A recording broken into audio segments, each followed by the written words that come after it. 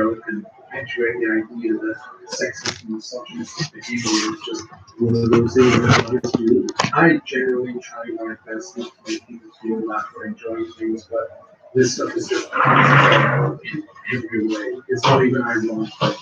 My point is that there is a snowball effect, right?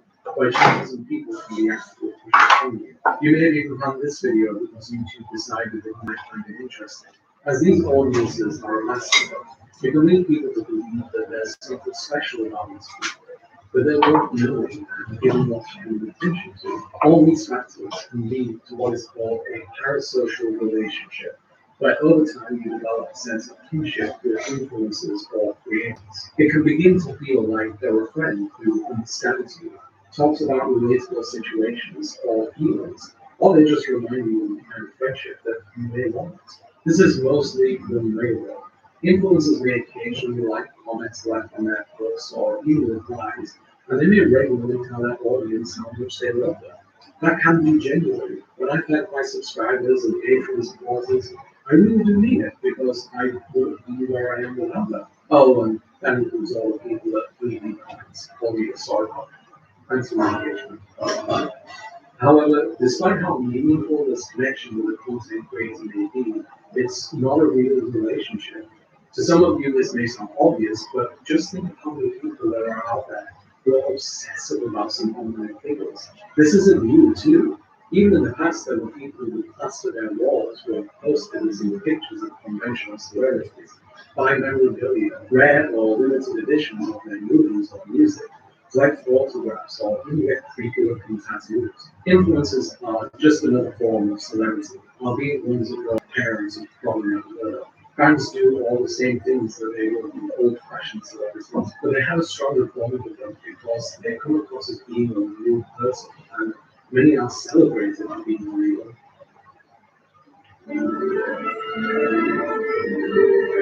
Parasocial relationships, especially the more passionate ones where people struggle to understand their distance from an influencer, can be exploited, and that happens very, very frequently. Many influencers are extremely wealthy people. Multi-millionaires who have ascended from simply being a person to a brand. And of course, like many brands, they have something to sell you. On a platform like YouTube, money can be earned directly through revenue. And for many people, including myself, external sites like Patreon serve as a way for you to support the creator directly and possibly receive some benefits like early access to videos or behind-the-scenes stuff.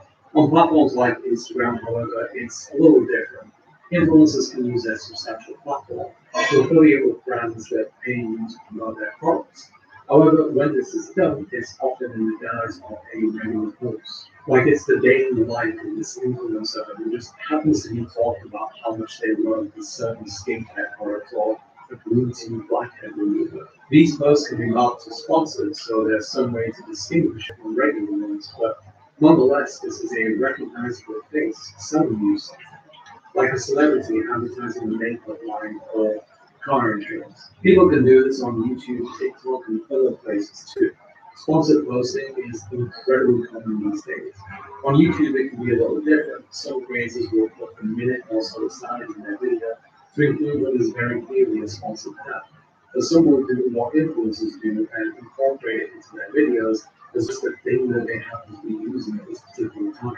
There are all kinds of ways of promoting sponsored products, but for the sake of this argument, since we're talking about lifestyle influences and the like, we'll be considering more subtle forms of promotion. Now, since people who follow influencers are accustomed to the kind of things they do, whether it's hanging out with friends, visiting somewhere nice, and so forth, the inclusion of a product in these situations can come across as extremely subtle, but this method is highly effective. In a study conducted by the University of Science and Technology of China, it was found that the stronger a parasocial relationship was with an online figure, the likelier they were to trust their recommendation and even derive satisfaction from purchasing. It would also make them more likely to make a purchase out of impulse when it comes to these products, rather than doing their own research on its quality. Parasocial relationships with influencers can be incredibly strong.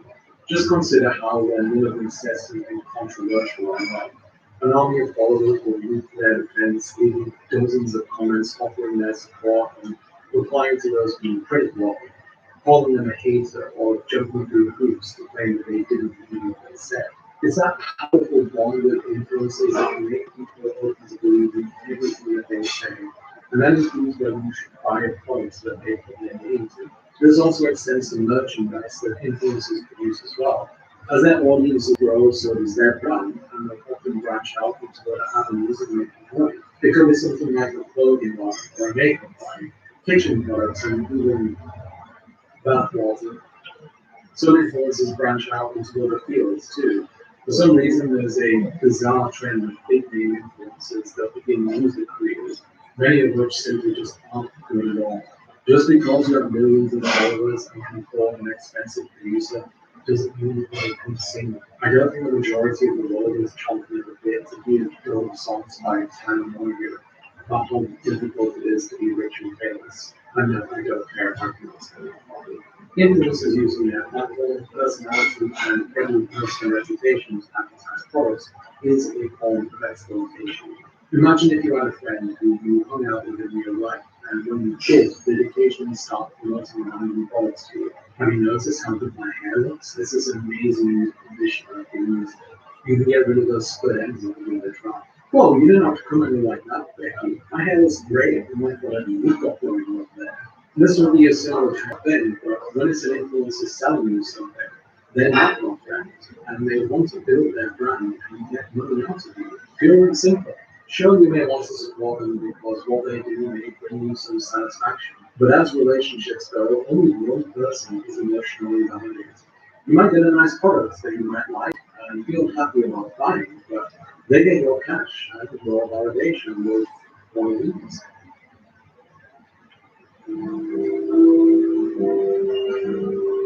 Advertising has dramatically evolved over the years. As trends have changed and new media platforms have emerged, marketing companies have been constantly coming up with new ways to reach these people to manipulate them into buying something. The most lucrative demographic for advertisers is 18 to 49 years old, and given the rapid changes in technologies, it's become harder to reach through to them. Television used to be the most effective ways of reaching through to younger audiences with disposable income. But since millennials and Gen Z have started watching increasingly less TV, namely network and cable television, they've turned to platforms where these generations spend a huge chunk of their time, social media. Younger generations have become cynical about traditional advertising. It feels false, unrelatable, and a blatant attempt at getting money out of you. An influencer trying to sell you something else feels natural. They're happy, healthy, and wealthy. So buying these products that they endorse might give me a taste of that. Anyone who works in marketing will tell you that if you want to be successful at advertising, then you have to get through to them normally. And as you probably guessed by now, this has led to influencers being an extremely effective vehicle for convincing young people to buy things. Young people who may be unhappy with what they currently have and envy the very greed financially and socially rich influences that they follow. We live in a world where super wealth and purchasing expensive goods is constantly promoted. The wealthiest people in the world have been worshipped for decades now. Many people are desperate to know the kind of clothes they wear, the jewelry they have, the cars that they drive, the amount of bedrooms and bathrooms in their houses, or even how much they spend on groceries each week. People look to the wealth of their wisdom as though they have an insight into the secrets of success that the majority of the world simply hasn't figured out yet. Like it's the words to a magic spell which can open portals to a better life. It's okay to want nice things, it really is, but the goal of many corporations and advertisers is to make you feel insecure about what you have and to always want more. To put you in a vicious cycle where you're never truly satisfied with what you have. As a result of this, influencers become an ideal way to sell you access to a better life. They're not billionaire tech CEOs, so they don't come across as an incredible intellect. They don't initially promote themselves on the back of being talented like an actor or a musician, and they're not titans of something like the financial industry. They're a person, just like you, except they're not. They are successful and wealthy, but they build their platform by capitalizing on people's desire to connect and relate with another human being and tap into their other desires while they're at it. People may like looking at influencers because their life is fun and they find them funny or they just like their personality and they might just be physically attracted to them and having an interaction with an attractive person feels somewhat meaningful and validating. But regardless of this, influencers have just become another way to sell you a life that would be told that you while pretending that you're their good friend who's supportive and understands them. It is exploiting your desire for companionship in a world where we begin to feel more distant from each other and disenfranchised in our connections to each other, social standing, and whatnot. What influences do is designed to make you feel less alone, but it's a placebo. Your need for human connection is converted into a social status and financial gain for influencers. I'm not going to act like every influencer out there is rubbing their hands together, thinking about how great it is to emotionally manipulate their fans for money. But this is just the nature of influencer culture. Of course, there are people out there who have millions of followers who don't earn a penny from their platform. But the rise of influencers on apps like YouTube, Instagram, and TikTok has become the ideal way of indoctrinating younger generations to believe that all to be happy in life you require status and money. It becomes all the more poisonous when you consider that children and teens are growing up into conditions where wealth is becoming increasingly harder to come by.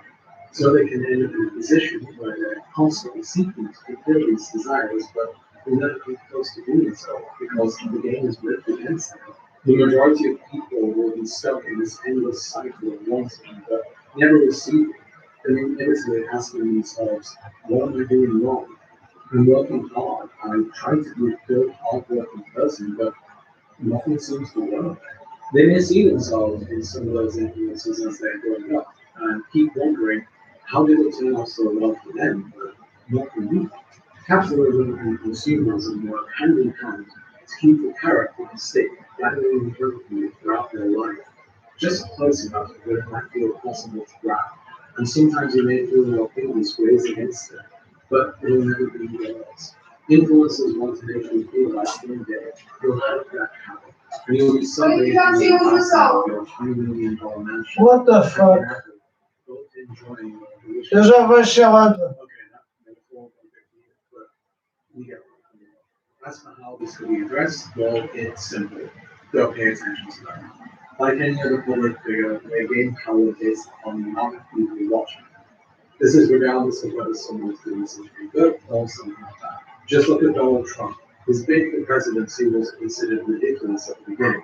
But after hours upon hours of screen time dedicated to the service that was his campaign, he gained enough attention to be considered a viable candidate by almost 63 million Americans. I've said this before in previous videos, but I'll say it again. Attention is currency. How someone gains that attention can vary. So regardless of that, it has some value. Now obviously it's not that simple. My audience is minuscule compared to pretty much every influencer. There's no way I can make a dent in their whole life. But more importantly, I have absolutely no say in how you live your life, and will never pay to do so. If you enjoy following influencers, that's fine. Personally, I personally feel that if it's something that brings you joy in some form and it's not hurting you, then I'm not going to criticize you for it. But it could be hurting you. I'm going to go on the limb here and assume that most of you, if not all of you, are obsessed with a particular influencer. Like, you wouldn't jump into the comment section and start screaming at people or saying something about it. There's one thing that I want you to remain mindful of, and that is to keep in mind that it is a one-way relationship. So don't fall into the trap of thinking that they're a threat, especially if you are one among millions of followers. I'd also be remiss if I didn't mention myself at some point. Now, I don't like to label myself as an influencer because one, I hate the term, two, my platform is tiny compared to the videos, and three, I don't set out to create content that shows what an amazing life I'm living. I just want to talk about the things that in life that might actually suck. And yes, before you can say it, I'm not very much from the parties. However, with an audience comes influence. Perhaps you're aware of that influence too, which is why as my subscriber count grew, I began receiving emails asking me to download more products for it. Some of which I agreed to because I'm a user of products myself, I like them, and because, well, I have to be pay bills. So the money can be very useful since being a small YouTuber can be financially inconsistent. So here's a point where I have to admit that even though I have a very small platform, I have used it in a similar fashion to my uses. It's the unfortunate nature of building media after a platform like this, especially when YouTube can demonetize your content seemingly for no reason. Also, one can copyright claim your content despite the fact that it's fair use. Not only can stuff like this slow the growth of the channel, it can seriously harm your income, especially if you're a small channel that releases 1 or 2 videos a month, like I do. I have plenty of people say to me that I'm a hypocrite for being critical of capitalism and at the same time being handsome and being sponsorships. But like I said, living isn't free. Capitalism isn't the voluntary system. And if you enjoy the content I produce, I hope that you can accept the strings attached because otherwise I couldn't do this. And unlike influencers, I cannot churn out 10-minute videos 7 times a week talking about my life or reacting to TikTok populations. I guess what I'm saying is I understand the nature of this system and I don't like it. I'm also aware that I make videos that probably leave me feeling depressing videos. God knows how many comments I've seen that people say you can't beat these topics from me, especially in my video about loading and subject. I want to say though that I don't do this so you feel bad about enjoying something or the world we live in general. I just think it's good to be aware of how crappy some things can be because I and many others think they need changing. It's much better to live with a comfortable truth than a comfortable life. I would never want to use my platform to make you think less about yourself. Because even though this may be a parasocial relationship that you and I have, I think you still have value and neither one of you. Regardless of how much money I do, we only have so much time on this planet, and it makes me happy that you get some lots to watching something that I put a lot of work into, regardless of whether you like it or not. And hey, if you do want to talk a bit more, join the Discord. It's in the description. I'm pretty active there and I'm coming to talk to anyone. I know it's very social, but it's still so enjoyable to have fun conversation. Or I learned something.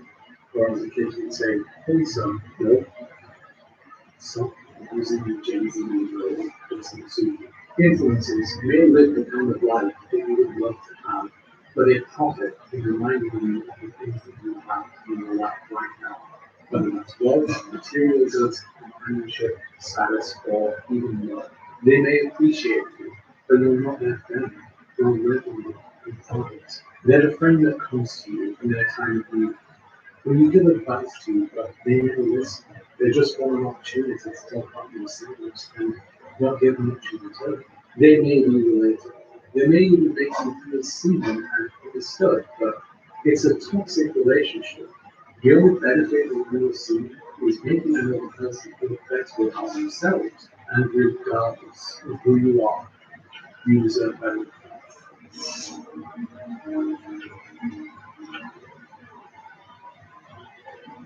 Well, thank you very much for watching. It seems kind of awkward asking for engagement after all this, but if you wouldn't mind liking and subscribing to the video, I would really appreciate it. I would also like to give a big shout out to my Patreon supporters who donate $5 from each month.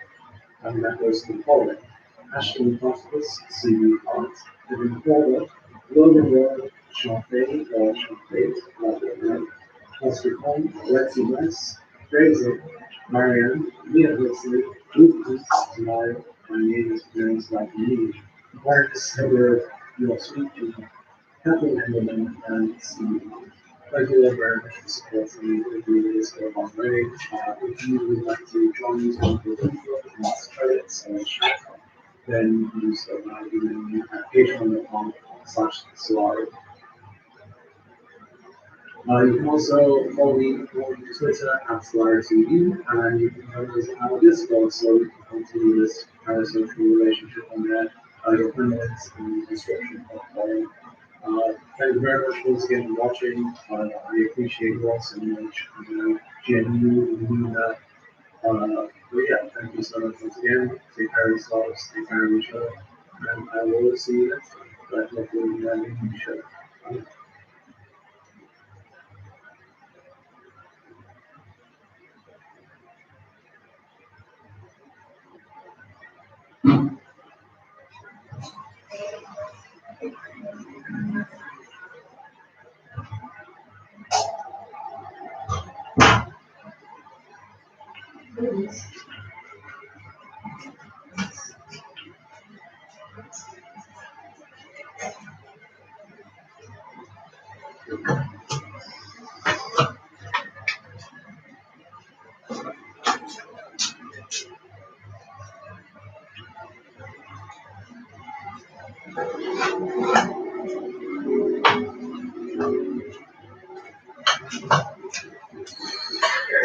One quick meme. I'm sharing this with you guys because I think it's funny as hell. Okay, real quick.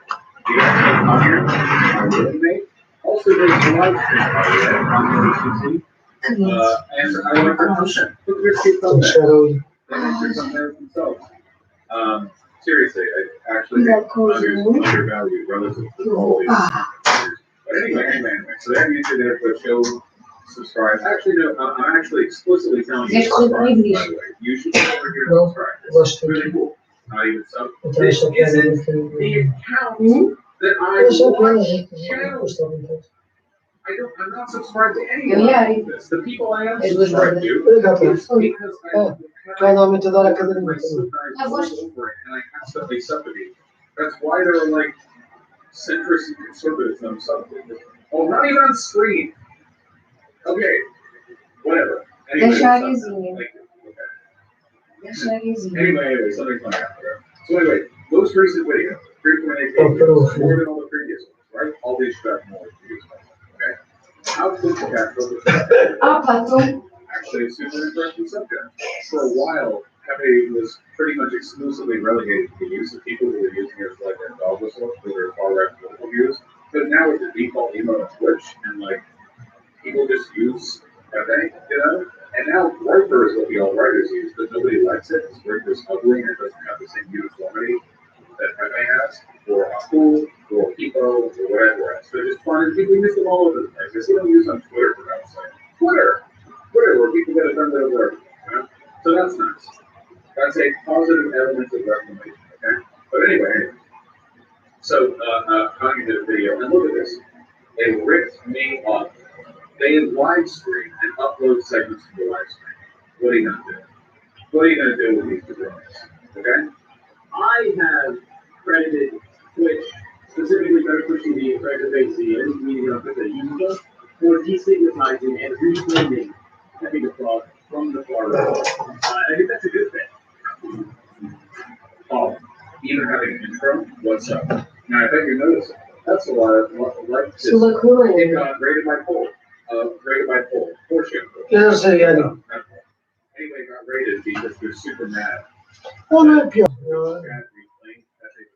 Até tem algum que tem ainda. I think it's male. O Oscar não vai para cima, não muito pior é o Oscar. Já que ele vai para todo mundo. No outro filme. Já pensei que ele está aí. Because on your, like some of them are just like uncreative spamming. But anyway, so this one's kind of weird, right? This dude actually has a really good male rating. So is any alt programs. Ai, meu Deus, tô comigo. Vais desfazer em mim e não soltas. Ai, não, está aí que. Se ela soltar para os cartões, não vai cair. Não sei o que é que está. Vai cair. Acho que os cartões é. Provavelmente é muito o peso dela. Mas os cartões. Deixa estar, ela. Opa! Espera, não te mexas.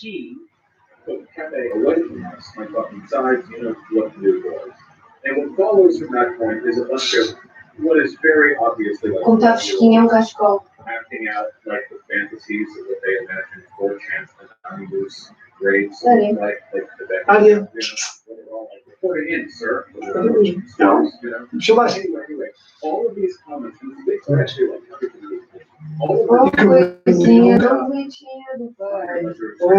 of They're like, this gay lord, that's not what it is, will never be a woman. And then they go through here, and they're like, this dude's got a great male radio. And to come here, this is about you know what I mean? It's like, there's something like, not getting my voice, like, watch, you will never be a woman. Your voice is so deep. Wow. It's like, oh. Well, thank you. Like, it's nothing. I mean, it does nothing. But you're so confident in the execution. I saw this before more with contact video, so it was very, very, very funny. Nice Adam's apple girl. They think that Kanye's a transport. And the thing that's really, really funny about this is that they're so delusional in their hatred that they don't even check to make sure they're not complimenting the people they're trying to attack. Like, you know, because this goes viral on Twitter every once in a while, where it's like a trans guy posts a DM, and in the DM, somebody DMs will be like, "You'll never be a woman. You're so manly and butch." And then the trans guy. Agora queres fazer para o meu colo? Posso. And they're like, "Oh, Está doido? Não, ainda. how nice." And then somebody posts that. Ela está não Thing. You know what I tem mean? sumido. Deixa aí. Olha, ela tumba, volta para trás. Eu fui atrás dela, volta para trás. Acho Mas já depois ela está dentro. claro, aí sabe que está segura. Volta para trás. Ela é parva. Sim, vai comer, tu estás magra. Faz shaming à gata. Tu não está gorda. É o quê? Não é fat shaming, é realismo. You're more É que isto está masculine than me. You'll never be a woman. Agora é swimmeting. Não é que ele estava no ponto. Estava mesmo fit. E agora está com a esquelética que parece estar doente. Nem vou dizer nada porque eu não sei realidade das pessoas. É contar. Está mesmo, não está com Yo. Just a few more times you tell me that I have large rippling muscles and unfeminine gait, and I may kill myself, which I'm sure is what it is. It's just really funny. The broader joke here, I guess, like school rates are like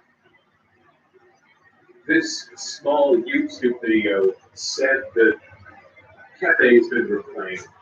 We'll show that. But past that though, I guess the funniest part is definitely the just the complete scattershot approach to transphobia or to bigotry in general. You know, like fuck it, we're not even gonna find out that these are applicable. We're just gonna throw them everywhere. All right, and maybe maybe we make some transphobes. I don't know. Maybe this person just gets a bunch of compliments about it. That's the nice thing about being any of all, I guess, is that's basically impossible to misgender you. Negatively ascribe.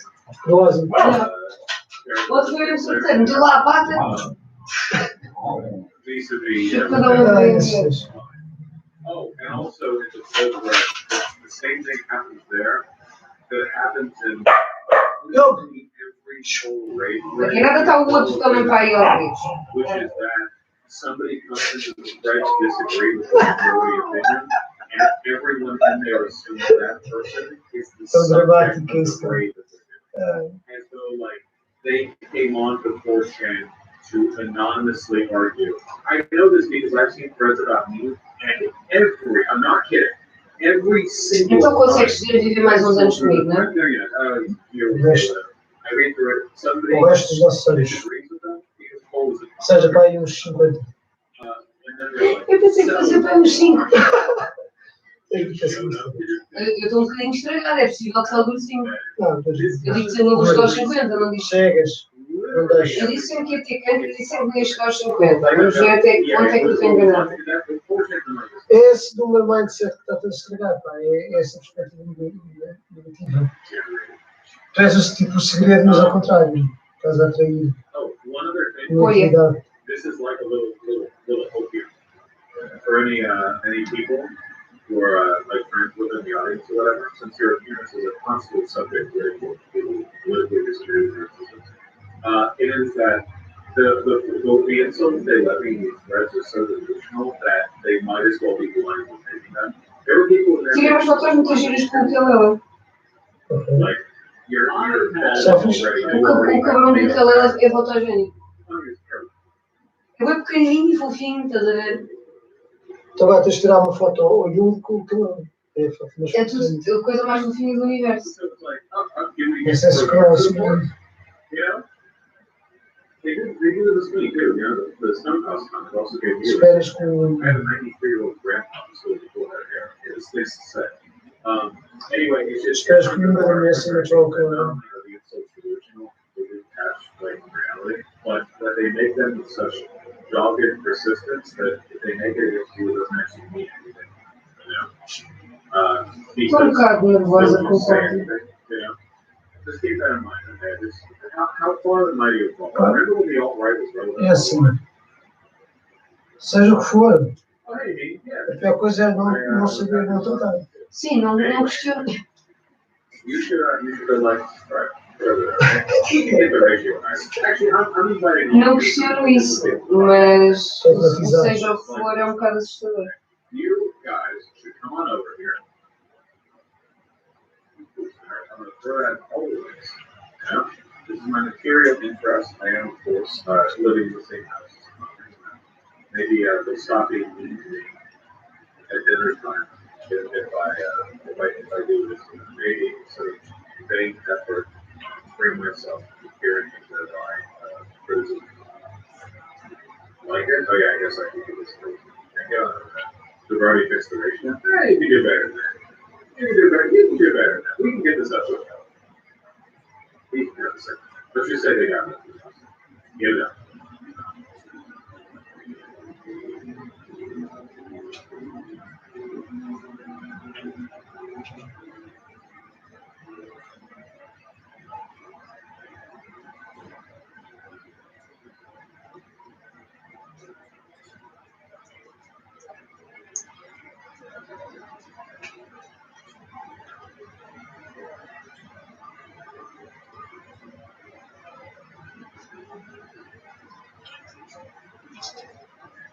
E estas cintas que são mais caras, mas a qualidade delas rende.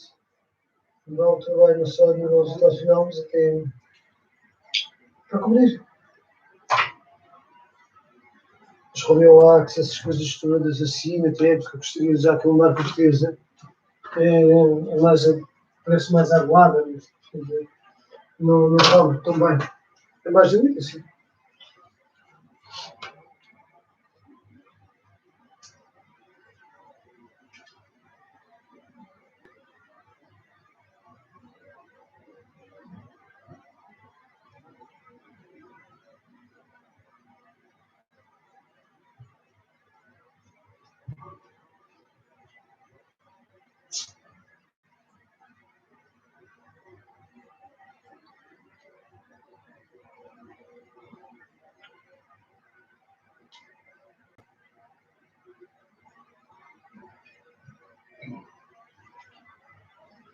A tua coisinha acabou e faleceu. Uma coisinha acabou e faleceu, estás a falar comigo.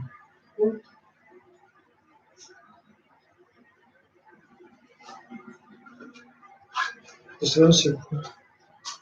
Cadê na cabeçada?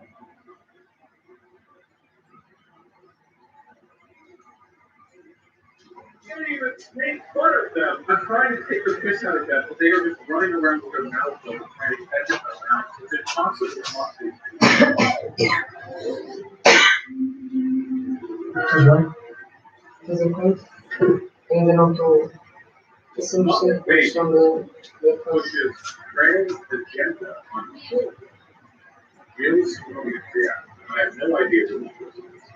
But I have to say, conservative arguments about people parenting up when they're scripted, unscripted, I have to say, a little bit exciting. Wow. Hi everybody, it's Tuesday morning. Jill Simone here with Prager UK. You Prager your kids. We've got hot topics that we're all seriously and quickly talking. Wait, is this like, okay, two things. First of all, is this a kid-friendly favorite to drive show? Horrible. And second of all, why did they not hire their big campus background? Look at that. Why can I see the booths? Like, this is a conservative woman. Shouldn't she know how to hire? Did they let, like, a conservative woman look at the show? Think about over here, right, Will? That's exactly right. Yes, and it all has to do with what? Muppet Babies. Yes, I must. We're debating that exactly. We're debating Muppet Babies first and Will's mustache second, so we're good to go. Like I said, I'm going to pray for you kids. Guess what, guys? We're going to talk about it a little bit later in this live after we talk about Muppet Babies. But we at Pray for You Kids are doing a huge membership drive this month in August for our PrEP membership. PrEP stands for Pray for You Resources for Educators and Parents. It's a membership group of parents, teachers, administrators, principals, grandparents, homeschool parents, anyone who wants to support our wholesome, pro-America, happy, age-appropriate kids shows. What is it? Happy, pro-America, age-appropriate kids shows. Depois as gajos falam das censuras e isso aqui. Political YouTube channels start offshoots, so they're working designed for children. You know, it's not a normal. It's not like an average normal behavior. So conservatives do look on that. And the videos and the resources to teach our kids American values. Typically, we welcome about 1,000 members per month into our PrEP membership. This year for August, we're seeking to triple it.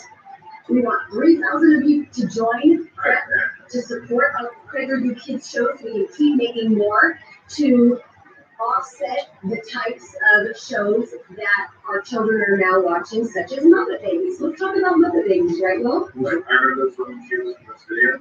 Aí é bem, o carvão nem acende agora. Está aberto segunda domingo, segunda. Really young kids Isso não vai. are being taught. Mas eu fui lá com o Miguel e vou lá se o gajo falou da nova data. It should alarm us all. Daqui a nada mandou uma mensagem ao Luís, estamos aqui com uma data em dívida. Ó Luís, vai para o caralho, nunca mais te conduzir. Os carros dos concorrentes assim que assim digo. Pelo menos dinheiro, estás aqui da puta. É mau assim. Até porque eles já sabem que os outros vão vir. Sim. Está no mercado para a altura que usam. Se bem que eles são bons, não são assim muito caros, é possível que ganhem clientela agora. Por exemplo, o Morgado é daqueles sítios que está fechado. É que o Morgado cobra mais do que eles, não é verdade?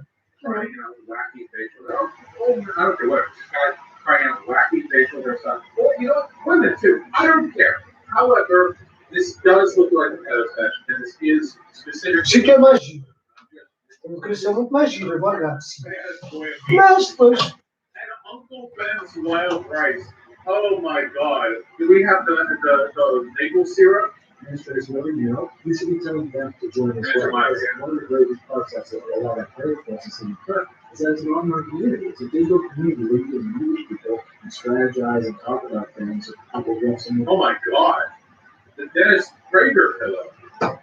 I will buy one.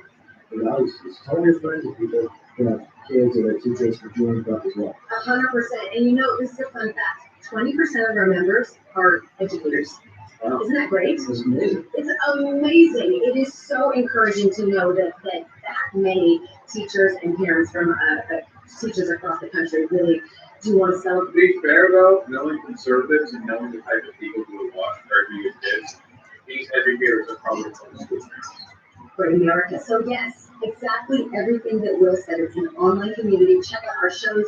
Guarantee you'll like what you see. But okay, so let's talk about Muppet Babies. Should we watch that first? I know many of you have probably already seen this online. Muppet Babies is for a transgender. Oh man, the editor was right on had their finger over the button for that. Agenda into the show. So you listening? Yes. I think that's right.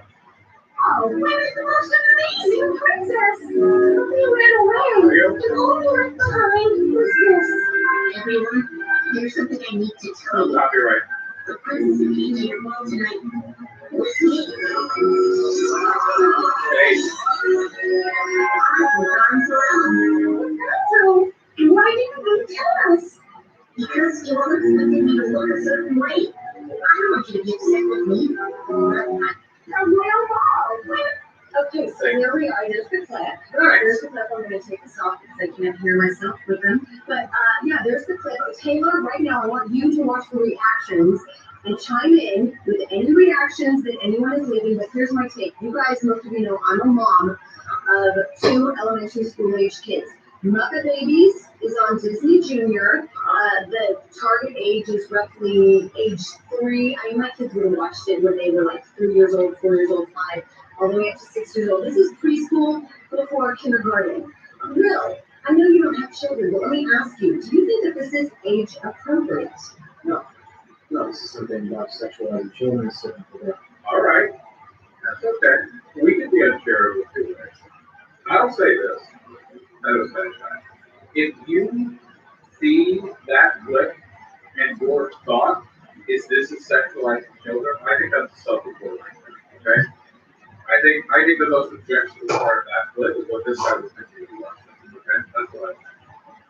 Because that is a very weird thing. So how is it sexualized? Wearing a dress. Little girls wear dress. How is it? What? There's nothing about sex anywhere in that. Somehow it's not as appropriate. It's not age appropriate, and I say that as a parent, and I wanted to ask, Will, who is much cooler and much more fit than me, and Don't worry. You are just as cool as me. we'll see. But yeah, this is not age appropriate, and this is exactly, many of you know who are living it in all corners of the country, this is what is happening on our television shows, in our I noticed we haven't gotten an argument. Is that really what they have? Is that literally the extent of their analysis? It's sexualizing. It's where the sex happened? What the? It was like a regular princess dress with a mask. It was really it's funny. You know how conservatives will sometimes say trans women have autogynephilia, that they're just sexually attracted to the idea of being a woman, but it's not an actual gender thing. It's funny because, if anything, this is kind of an indication of their mindset, because they think the only way that a boy can wear a dress or whatever is if there's some sex thing. Like, to them, the concept is almost inherently like, I think they think it's like kinky. Like, they could only think of it in the context of, like, some 37-year-old project manager cross-dressing with his alone in his life. Like, that's the only context we can say that, which is funny because that is the only context in which conservatives cross-dress, that's shamefully and the company of people who they hope won't tell you. movies for our kids in our schools. Many of us, those of you who are members and even non-members of PrEP, you send me messages saying, the librarian read my child a book today about gender non-conformity. I haven't talked to my child about that yet. What do I do? These are things. What do? You explain stuff. Who are these people? How did this become a line for parents? Like, my little kitty saw 2 men kissing. How do I explain that to them? Tell them guys kiss each other sometimes. What? My kids learned about gender non-conformity. How do I explain that? I don't fucking do it. I don't know. Be a better parent. Learn about the subject. Or, hey, if you want to, you can just not comment on it because, like, you don't know. Like, if your kid goes to school and learns about, like, the 3 different types of rocks, are you like, how do I explain that to them? Like, just admit you don't know. Wikipedia. Yeah, get your kid to explain it. Consider happening across the country, which is the gender identity, non-binary ideology for some kids is confusing. I'm thinking about that little Muppet skit. It's even about gender. It's just Tem que ver a imagem do projetar. Quando tiver a fazer isto, não tem que pôr as imagens no evento e para tirar todas as coisas novas. E começar. Dia 1, dia 2, começar já a demorar mais. It's not age appropriate. É para divulgar, sim, eu sei, mas eu não. Eu não tenho que estar nas redes. Because as parents, We're the ones who are raising our kids. We are the ones who Isso está a dizer, isso é outra verdade. these types of conversations with our kids. No, actually, sorry, you actually don't have it. Hold on. What is it with conservatives who fucking freaky authoritarians with their children? You get to decide when your children learns about everything?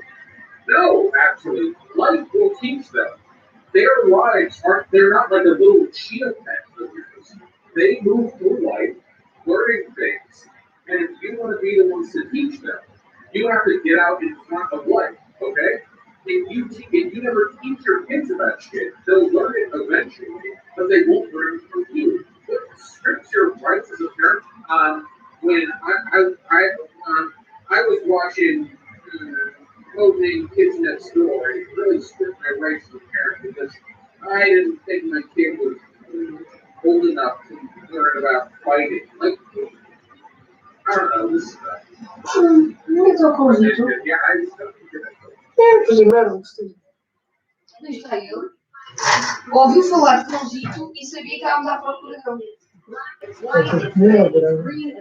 Não, vinha do quarto. Não está tão assim, não. O que estavas a fazer? Não tenho como ideia.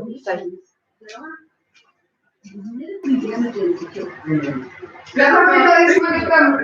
You were thinking about it. It's just a dress. It's not.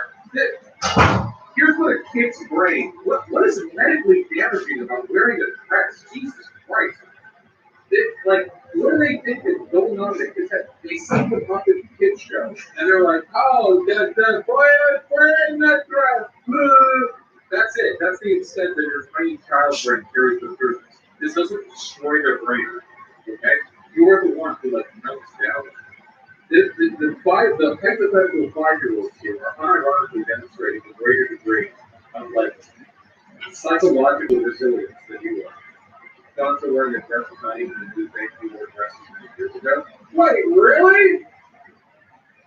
Ah, damn, dude. The woke gender ideology back in 1970. Oh my god. Oh no. The woke mob went back through time, and did the woke time traveling focus. Yes, on a psychological and physical level, like this. So, what do? Ban all these programs? I like the conservative woman is like children are like black and white, make friends, simple concepts. But her reptilian brain immediately jumps the stupidest, like limited government answer, the stupidest possible answer. She doesn't like something, I want it banned. Like the most low IQ response you could possibly have. It's like, I don't know, my kids shouldn't have boys in their dresses. They should believe that dresses have masculine and feminine. I would say yes. But I know some people watching this definitely disagree with me. I don't know. I mean, this is horrible. I don't think that kids should be allowed to watch this if you're not going to ban it, which I don't want my son thinking it is okay to wear a dress. Oh, and then here's another one. There's nothing wrong showing a kid they can be themselves.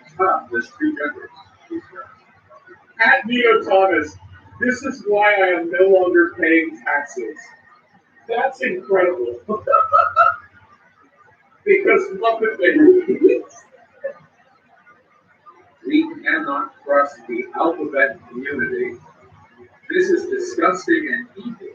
But then again, they would be doing this garbage if we were getting class action lawsuits against them. Unfortunately, this BS is insane. It's literally just like avoiding for us. There is zero. Oh, the only person who's saying positive stuff is Mr. Constance, who agrees. Everyone else is very negative. We have our wolf in with the breastbone. A small child is not easily thinking about sexualization. These guys report themselves so fucking. Guys, if you see a little Muppet baby in a dress and you think, oh my god, this is sex, this is sexualization, that's so on you. That is so entirely on you. don't see that happening anytime soon. Then the parents need to ban their kids from watching. Yeah. If you're a parent, don't let your kids watch this. That's the first step away from these companies that put out information that is harming children. They make it so normal. They make it so that something like this is incredibly normal. So the next generation that comes up, all of this is just completely normal. You know, I know, and that's, I agree because I've gotten to the point. These are the conservatives that want to talk to on the channel, by the way. I want to talk to these people. Because, like, Charlie Kirk had a mask on when he was talking. But Charlie Kirk is stupid dumb about shit.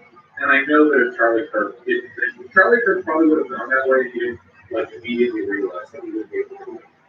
But, like, I would love to talk with conservatives like this. I just, like, he's rampantly, unfathomably stupid dumb thoughts. He's just going to legislate morality and everything is a world panic and just everything, you know? Yeah, I can't believe the locusts traveled back 800 years and made all the kings of Europe wear dresses. And they can't stop it. They went back. It's not good, folks. Now with my girls, and they all older, and I have had to have certain conversations with them before I really would have, because I know that all of this stuff is out there, and I also know that I'm not getting ahead of it, and I'm not on the offense. I'm not doing my due diligence as a parent, and that's our job to do as parents.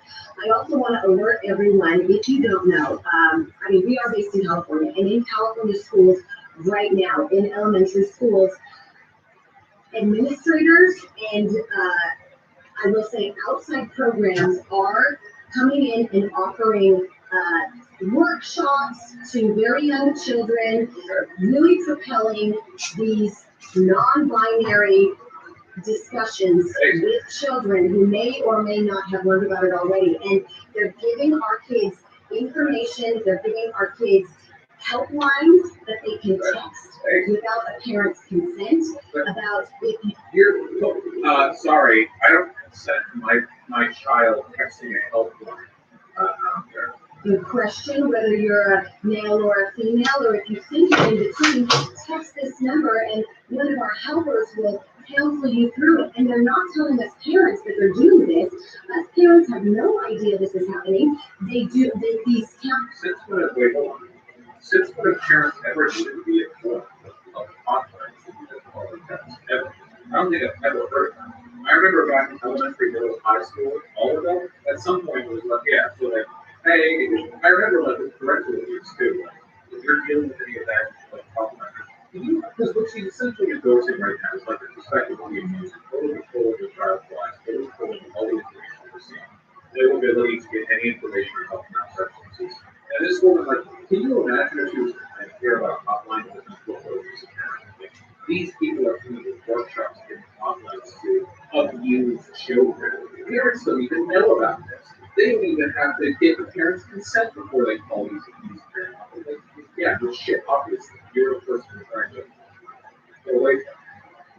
counselors will talk to our kids, these strangers who we don't know who they are, without our consent, and they're pushing this notion to our children that if your parents don't believe in this, then your parents are bad people, and here are the steps that you can take to find your true self and to become your non-binary self. And it's very Non-binary self. I imagine that if anything, the counselors would probably be like, here are some resources we can learn more about this stuff, and like, here are some suggestions on how to make it through the next 10 years of the direction like with your direction. I don't think there are like hotline counselors who are spending 9 hours on call helping like find out their true stuff. I don't know what the specifics are here, I don't think. My understanding of hotlines is that these calls do not tend to last very long. They're just trying to like redirect people to the resources they need. It's not like they set you up with like a dedicated, like counselor. Yeah, it's just like here's some resources. confusing and it's damaging because it does involve, when you get to a certain point, hormone therapy that will. When you get to a certain point, it's doing a lot of work there, by the way. Like, there are these fucking 4-year-olds, like, They're like these 4-year-olds standing on a bunch of school books so they can get out into the telephone booth and they call the toll-free number and they're like, I'm not worried, but I want to wear a dress. And the person on the other line, okay, here's what you need to do. Okay, underneath the bridge, 23rd Street. Okay, you're going to see a brown paper bag. Inside that brown paper bag is 600 million. Here's the like, I think she probably does think that.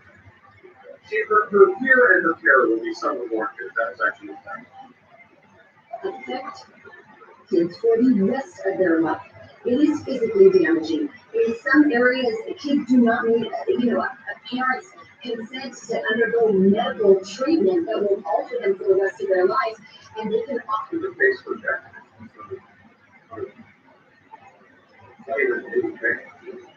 To some extent, we're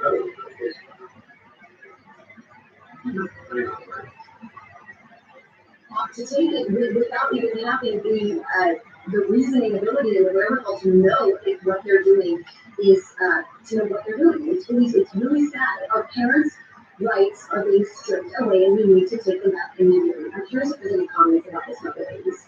There are a lot of comments. Okay. I would say there's not this one where we take these podcasts. How many comments? Good luck. Go. We will shake your children's minds. No worries, we will be associated with it.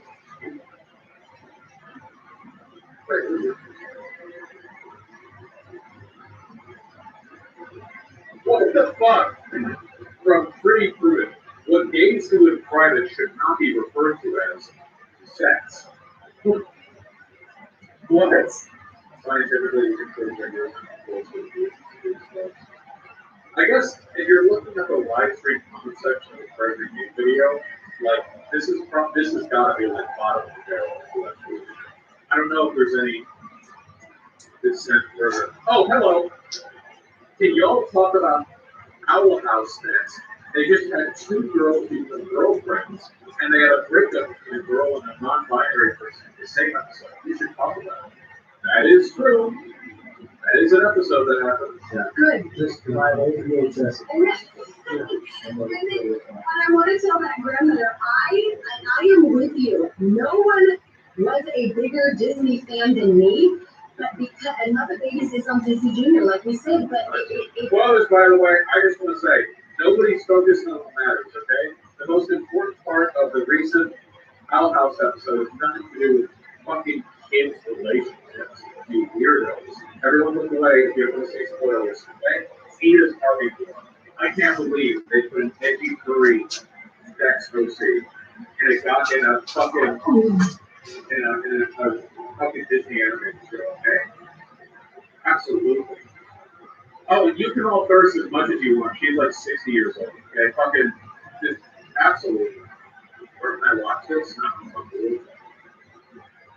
it's to the point now where we have to provide alternative shows and entertainment and programming to our kids. And Specifically for Treasure You. Make sure to subscribe. instead of Disney Netflix. You know, I didn't think they'd be shameless enough to just say, yeah, you literally can't parody them. I can't even make fun of them. They are earnestly, I'm trying to take the piss out of them, but they are just running around with their mouths open trying to catch it in their mouths. It's impossible to mock these things. So Trigger uses TV shows. We're doing it, Haley.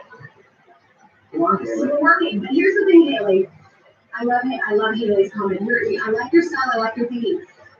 Everyone watching, this is what PragerU Kids is trying to do. We're starting with digital programming. We're starting with videos, with animation, crafts that teach American history. We're starting. Can you imagine if a parent actually did this and like their 6-year-old kid loves all those cute cartoons?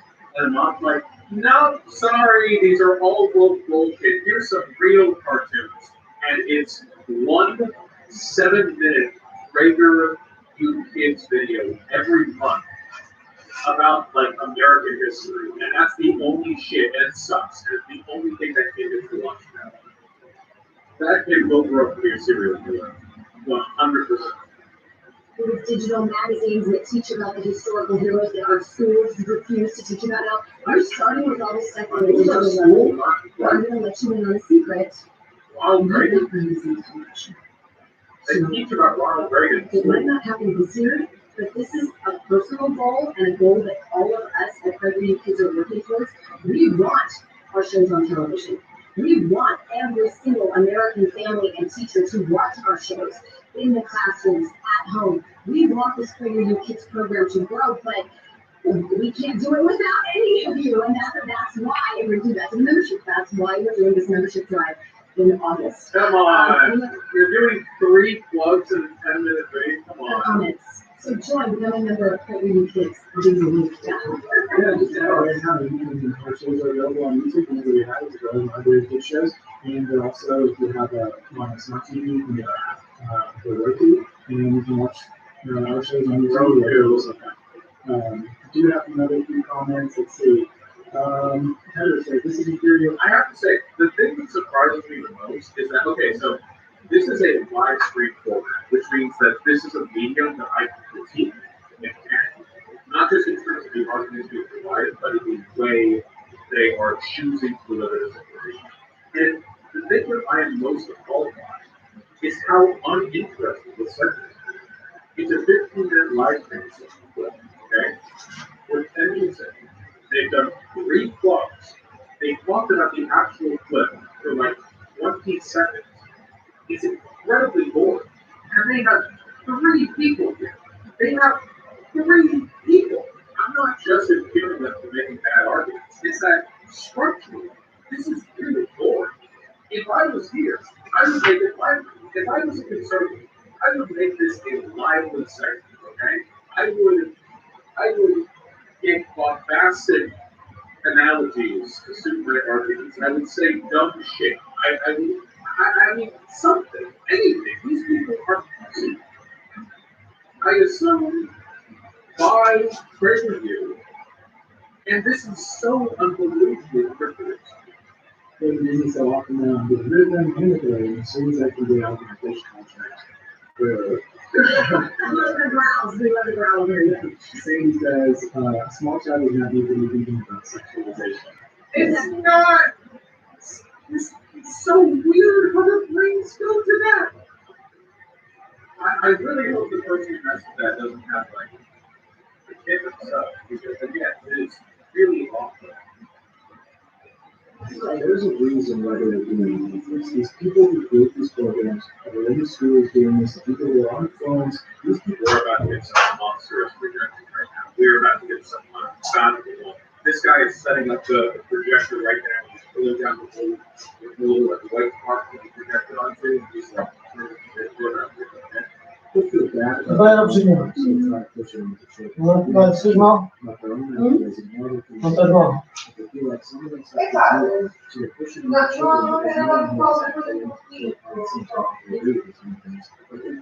Como eu acho um bocadinho estás bem e tal, está bom. I feel really bad for this guy now. You can see he's tearing up a little bit. Yeah, man. Está à vontade, como foste um bocado a casa de banho e tal. Sim, não estou assim grande coisa, mas não houve nada que eu tivesse comigo que não tivesse feito mal. Só sei o pastel de nata. Mas não estou. Mas das outras vezes comi e fiquei bem. Não estou com grandes cólicas, mas não estou a 100%. Só isso. Ontem estamos bons. Ontem estava inchado, hoje por não estou. Hoje sinto-me está tudo baixinho. Que é bom sinal, porque normalmente o primeiro sinal de inflamação é logo inchaço. It lies. It does not walk hand in hand with science. It does not walk hand in hand. I'm swearing it threats. This is not the laws of nature disagree with this. God, science, Einstein, everyone knows. Boys can't wear dresses. Their dicks look funky.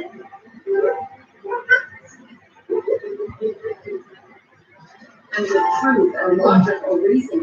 And we are living in an age of lies, and there's already been a generation of students who have been educated through lies. My generation actually went back to the 1970s.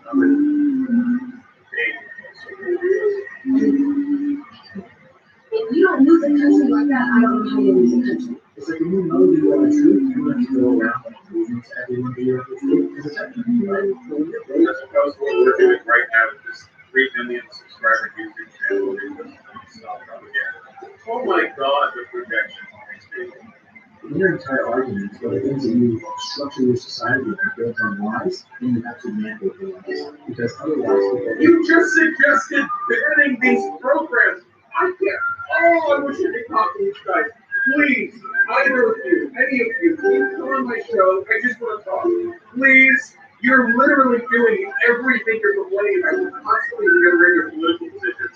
Scientific and political organizations disagree with you, and you advocate for banning the things you disagree. Hey, if your ideas are better, then why is it that you're advocating literally censoring the speech of people who disagree with you? Sounds like your ideas are pretty unhealthy. Please come and talk to me. I'm a mustache man. I will get you to admit you want to wear a dress. Please.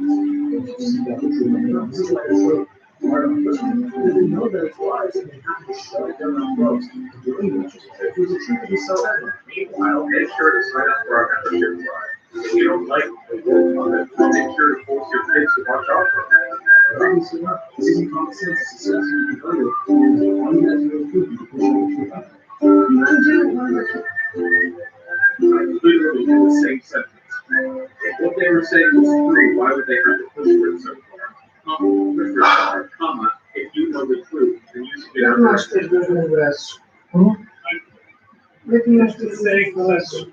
Nunca tive eixos. Está bem? Vai tentar correr.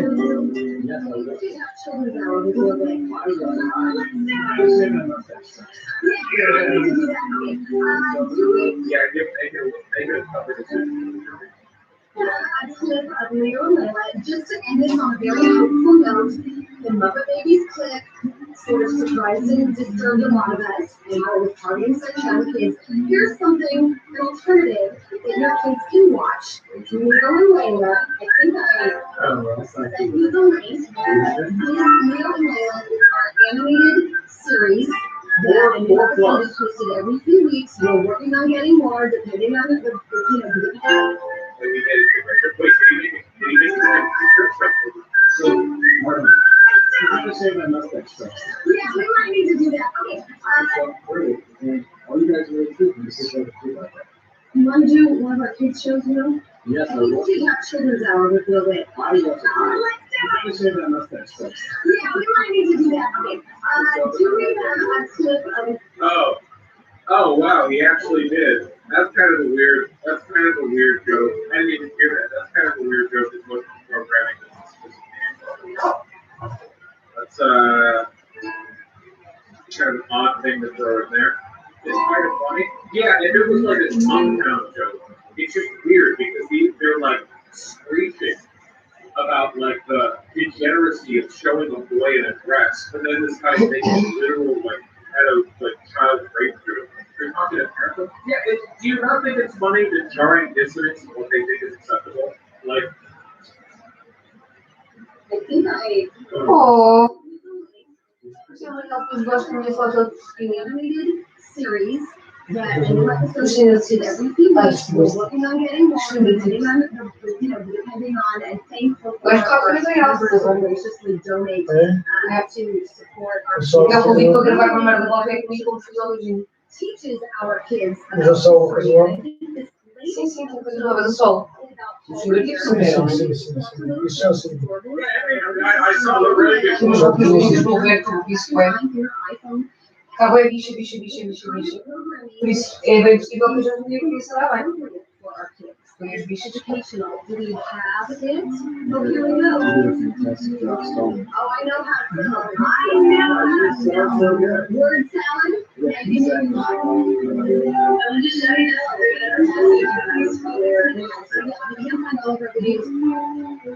It's literally their show, and they don't have it on a raw file. They're watching it on, and they don't even have an ad blocker. They don't have an ad blocker, and they're watching videos on YouTube for their show. They don't even have like YouTube Red or YouTube Networks or whatever. So on YouTube, you can also find them in a much better place on PragerU.com. For free. For free. ice cream. Why we The love ice cream is coming. Can you please buy me some? The ice cream is coming. The ice cream is coming. Easy, Leo. Who do you think you are, Paul Revere?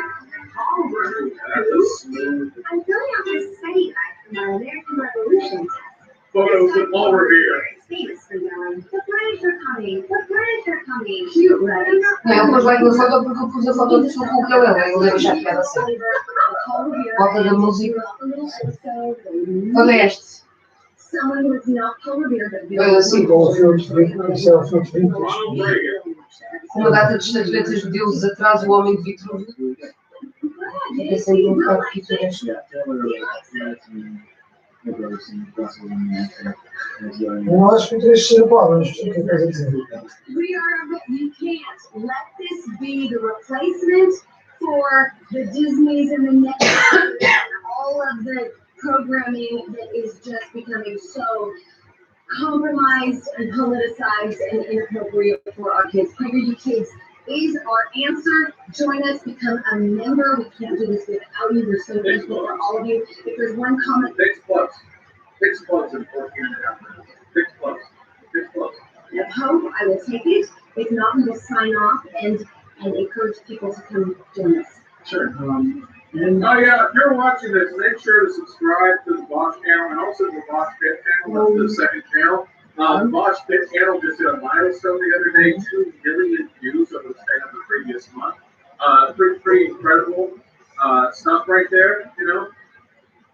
Really, really proud of all the progress that channel has made. Se é uma família. You still take with that, make sure to like, subscribe. Tem que ver se não. Ring the bell. É neste ukulele, bem, as bolinhas deste tamanho não consigo fazer certas coisas. Watch me on Instagram, previously live on Apple Podcasts and Spotify. You know, find me everywhere. You know where I'm at. Facebook, baby. Então vai ser Get in there, find that page, like, retweet, subscribe, smash, mingle, and trumbles. My next says, I'm pretty good. You covered 2 books that I've read tonight. There's some pretty close and and thank you. You're welcome. All based on truth. Let that be your story time. All right. Thanks everybody for watching. Any final words, wise words, Will? Guys, all this struggle, all these horrible things happening means that you have the most opportunity ever to do something amazing. That's what all of this means. So don't take the struggle and get. God put non-binary Muppets in front. God, why do you keep giving me the toughest challenges? Because you're my strongest soldier. Put the non-binary Muppet on a Disney children's show. Struggle was one time, horrible things happening to make it all fun. I appreciate those words because it's back to school and I'm struggling, but I'm going to take those words back to school and continue onward. Thanks. All right. Thanks for watching. Join us on PragerU Kids. Become a prep member. PragerU.com/kids. Bye guys. That all happened. It's really bad. It's really bad. The nice thing is, one of the things that has always been the purview of the left is conservatives as a political bloc are almost like inherently incapable of changing. This isn't just a part American thing. This is pretty much like everywhere. All they're really, really bad at talking. They're bad at producing it and interpreting it, which is why every time you see the worst fucking like analysis, Isto não vou ligar para essa horas também. Já é possível fazer, já é possível fazer. Não é possível porque também não tenho estes pulsos. Yeah, so they're always going to be on the back foot.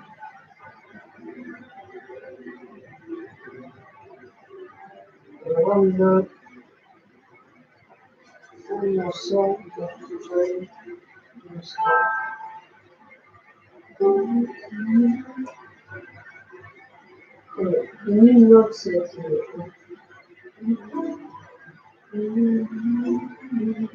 Está sentado há muito tempo, diz ele.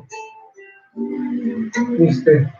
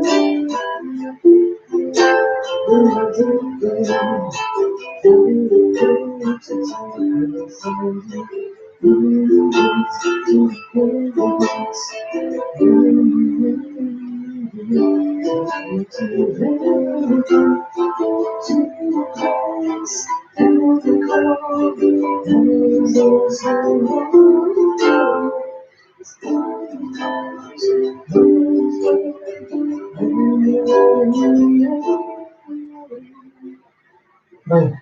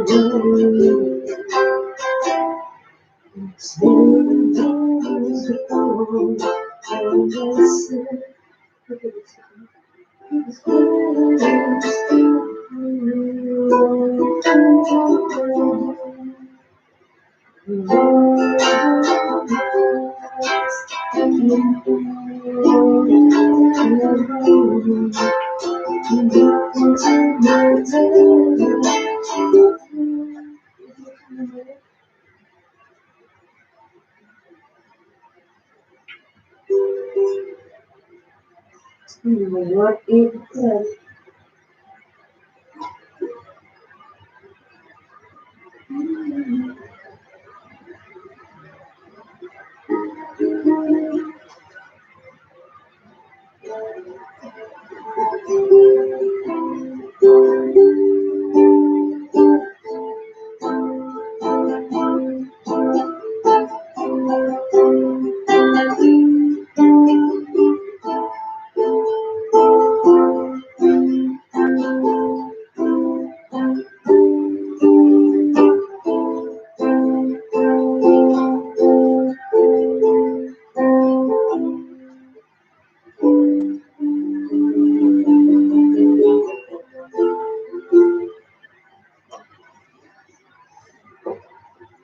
faz o salad roll.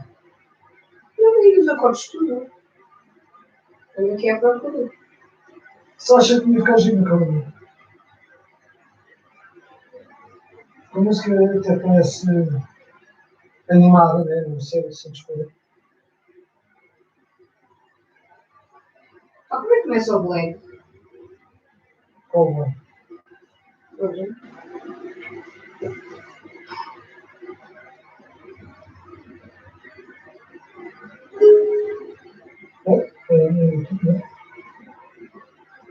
Chutar. Tem aqui um Miguel vai dar cabo do sistema. Ok? Tenho que perguntar ao Miguel dicas para fazer a puta do Miguel. Epá, mas o Miguel está em todas, caralho. Eu tenho que aprender a fazer isto.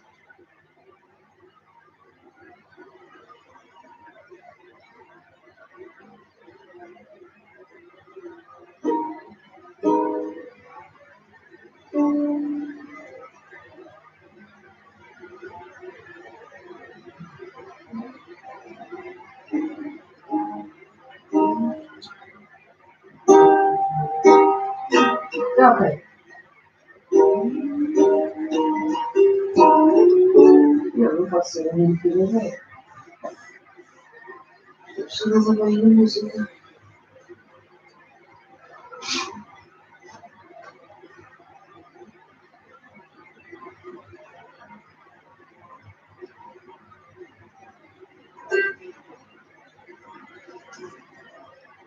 Tenho bué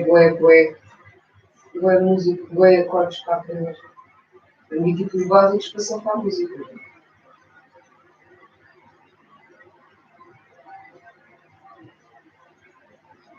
Mas isso também não é instrumento que tem sido feito para ser versátil. Se eu estudei tradicional, condicionado com as percussões tradicionais e vice-versa.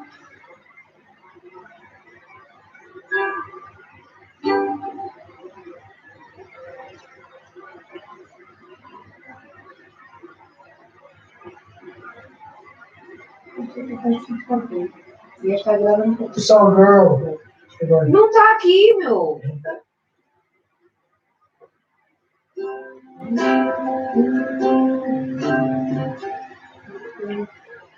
Não sei.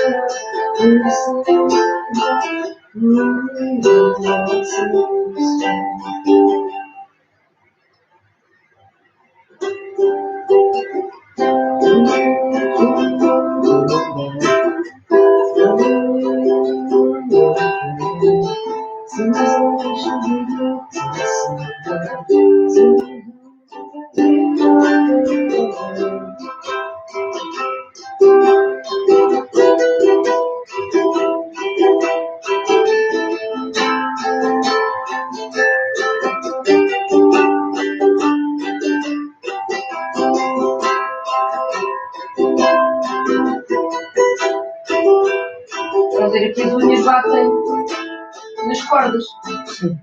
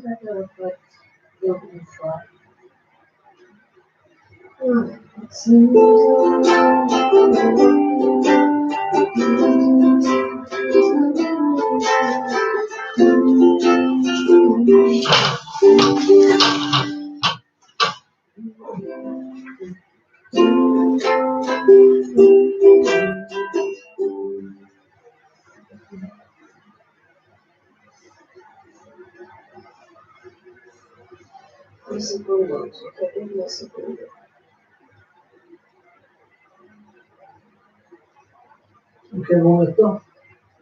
Já estou a ouvir, já estou a fazer o pior.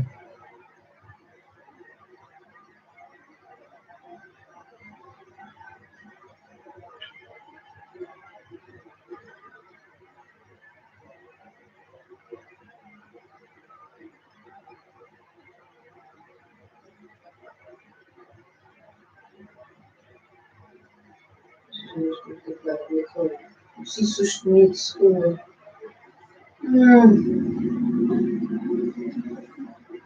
Eu sempre que hoje é terça-feira. Fazer a segunda.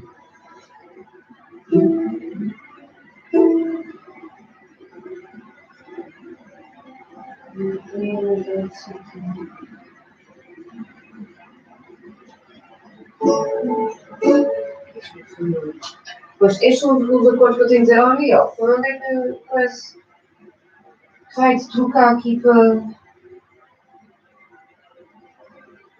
Os dois dedos novos, que são trazidos em tabuleiro.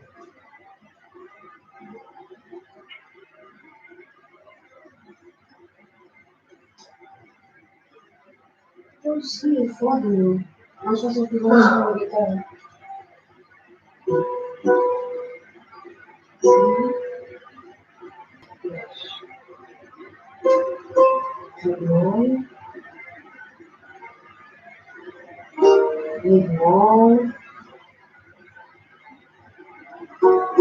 Igmol. Deve ser bem.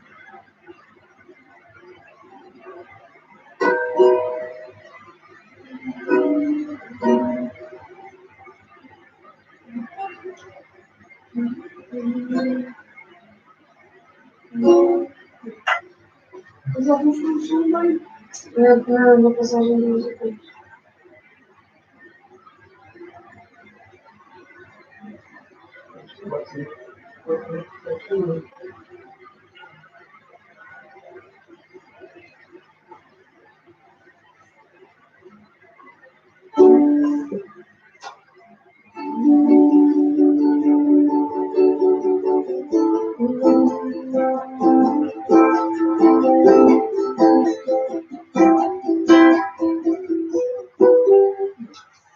Aquilo que me parece muito.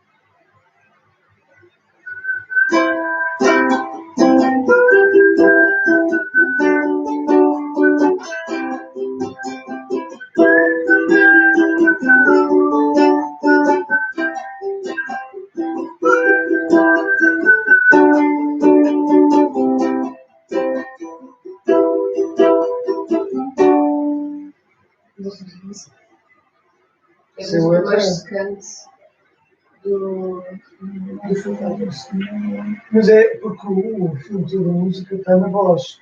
Se ela já tem aqui para o meio da voz. E a repetição. Se ela tem que fazer vozinhos, não é?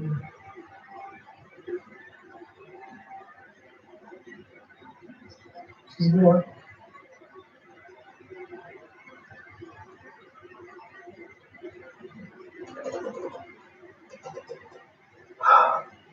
Já não fui ficar quase uma vez.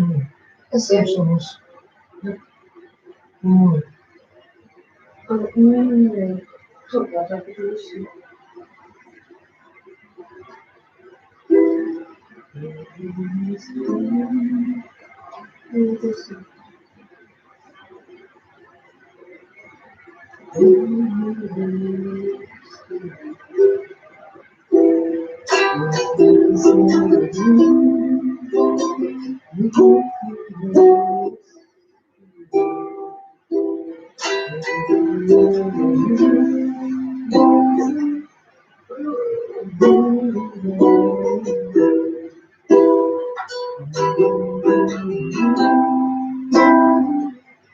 Este sim.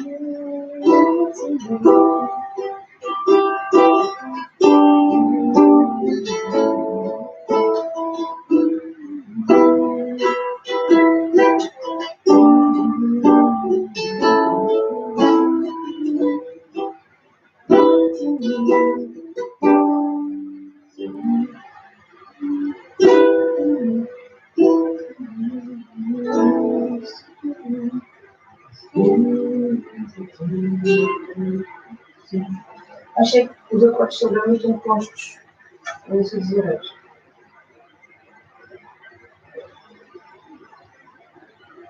Sabes que quando editaste também fazes os teus próprios arranjos. Ah, sim.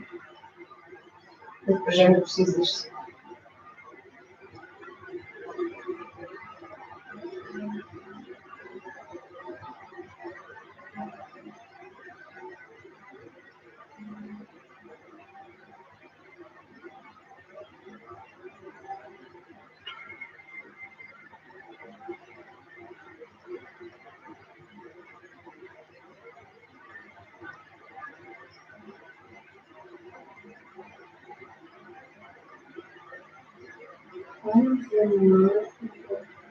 Okay.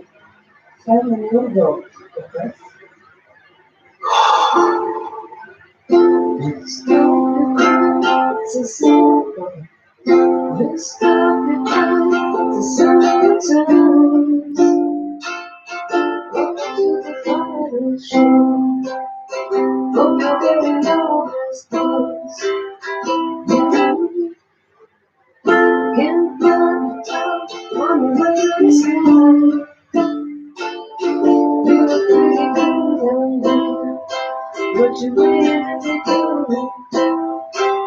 Agudíssimo.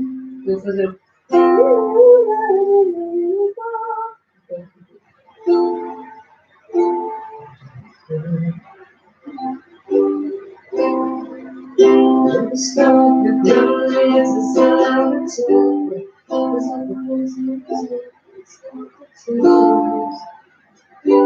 Eu tenho que fazer como eu estou. Isto não tem um capinho. Ok, como eu estou. Não tem um cabo. A guitarra tem um cabo. É um instrumento que tu prendes nos trastes para subir todos estes setores. Para não teres de fazer a transposição de acordes. Tem que estar a fazer de cabeça porque não tem capinhos. Oh, just stop the place the sun of the times. Welcome to the final show. Hope you're wearing your best clothes. And by the sky, you look pretty good on you. But you ain't really good. You got one part to do.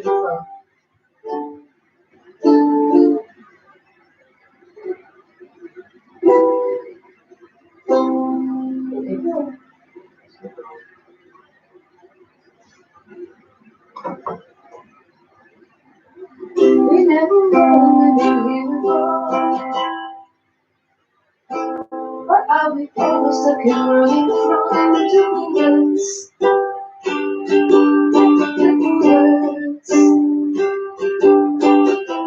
We never know when you're here before. But I'll be almost stuck in running from the words.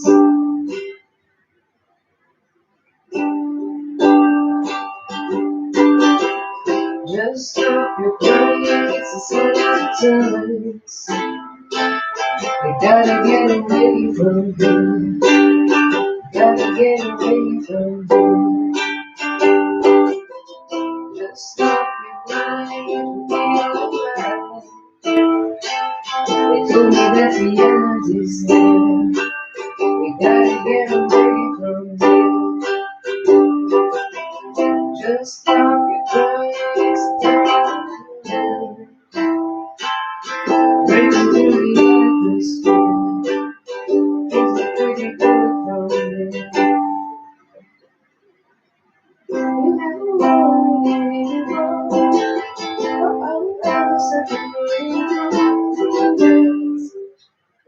Pá, eu estou hoje com uma dor nas costas. Que há bocado estava a lavar a louça, está a pensar, veja que eu não consigo lavar a louça toda. Estou com as costas. Mas uma cena está bem com vontade de deitar aqui. Não era assim tão mal. Mas estou com um problema bem desconfortável. Quando mudo de posição, alivio um bocadinho e depois volto.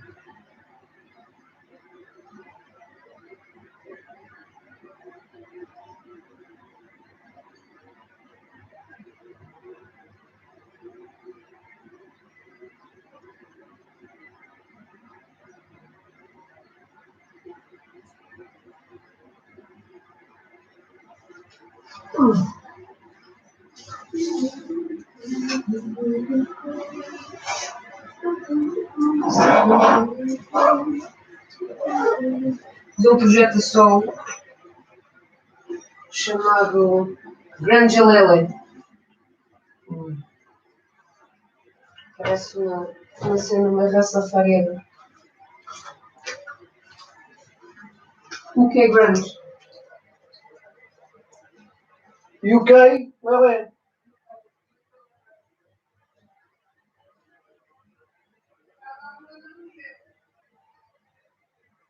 Só música inglesa e Beatles e cenas assim, no ukulele. UK, não é? Precisa haver no ukulele para ligar à notificação.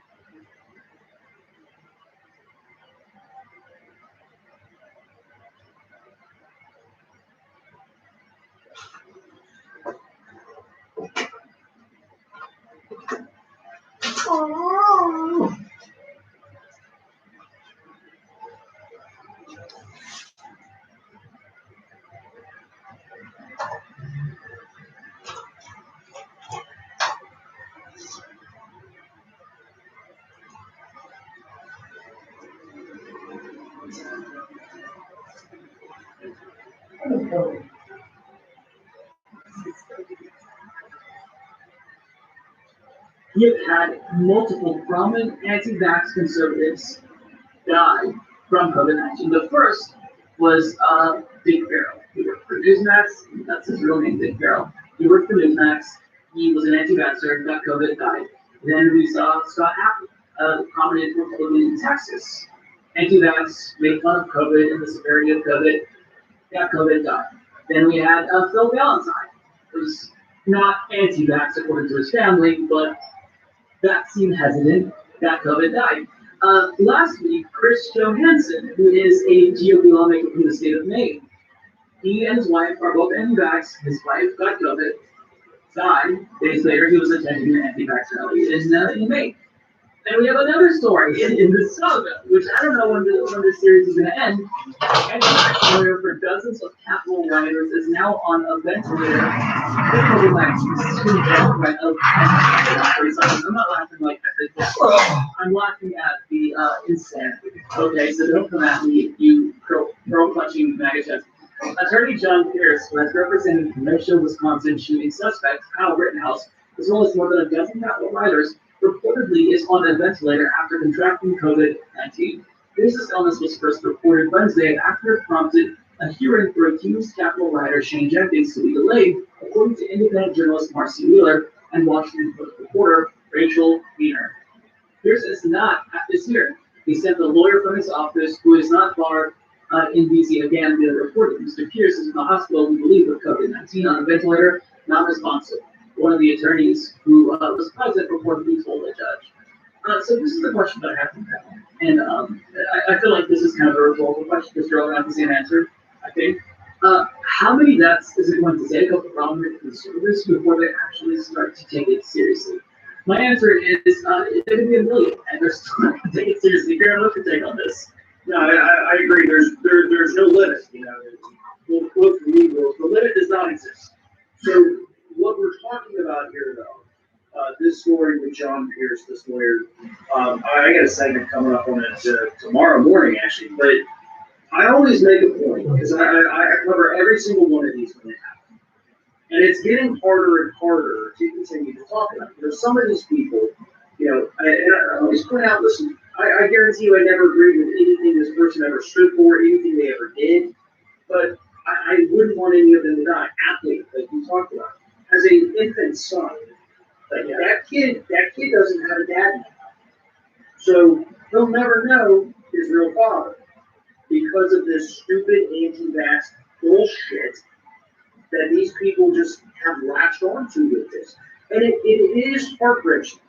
You know, I hate this because I look at my own kids. God, what would happen to them if something had happened to me if I was this stupid and selfish? And luckily, I'm not.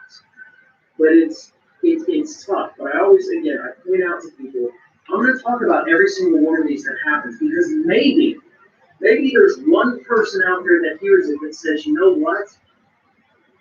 I'm gonna go get the shot. Because Valentine's family even said, because when he died Saturday, I think the family issued a statement Wednesday saying that he's going to make sure when he comes back, he is going to be more pro-vaccine for his audience. Well, they never got that shit. They didn't get here. They never got that opportunity.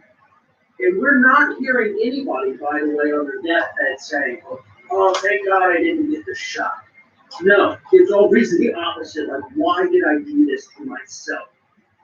So I use these as teachable moments, and I don't know that we're ever going to convince everybody, but if we can at least convince one or two people maybe by talking about these stories, I'm going to continue to do it. Because even if I don't like you, even if I disagree with everything you think politically, I don't want you to die.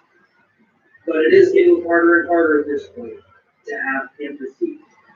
Because this is what happens. This is what happens when you're stupid. And I don't want you to die.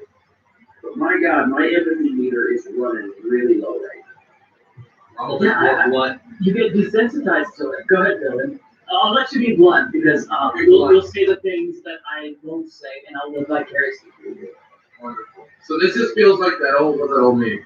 I never thought the leopards would eat my face. So I voted for the leopard eating people's face at the party. Yeah, who would have thought if you were able to fool yourself and all of your audiences that if you don't take the one thing has an over 90% effectiveness rate to stop you from getting COVID. Not only that, people understand.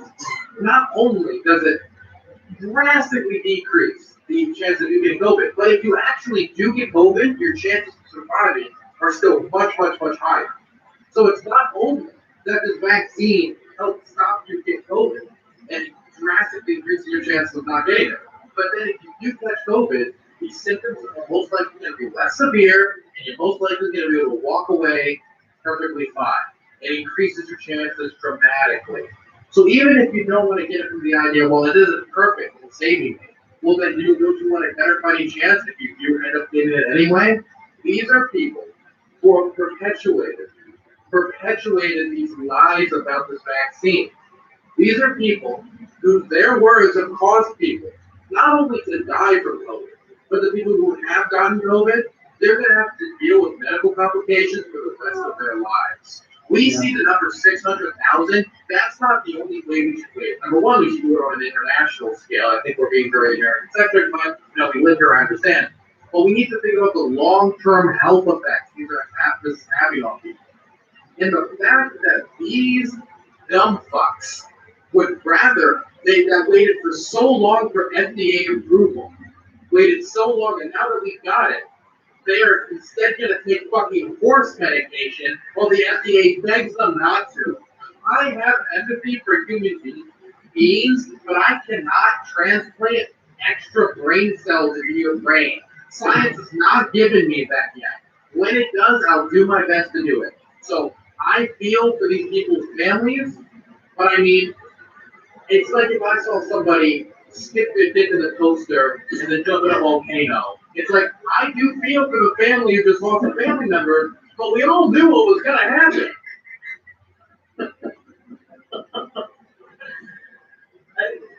That's a great way to put it. That was brilliant, Dylan.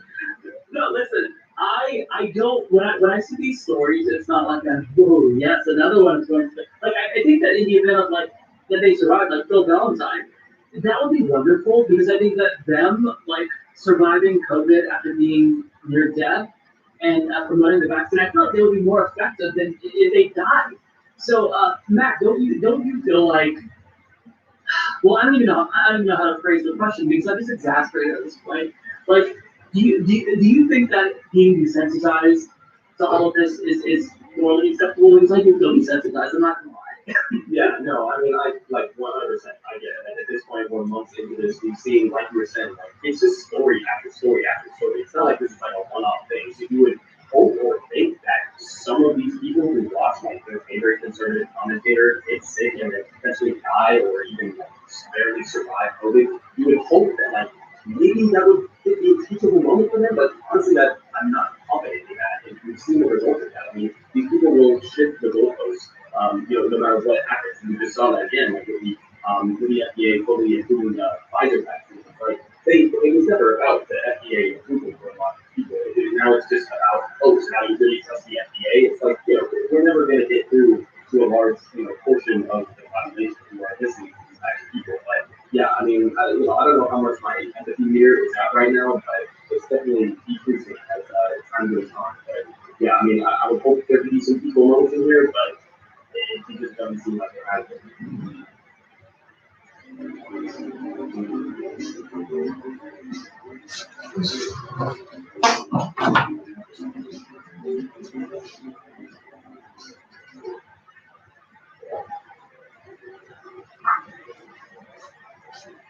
So I want to talk about this new report from the New York Times, which details the prices that hospitals charge private insurance companies for various healthcare procedures. Now, if you are one of my viewers who have been listening to healthcare for years now, you're not going to be too surprised by this. But still, I think that the findings here are really fascinating because it basically proves what we've been saying on this show for years.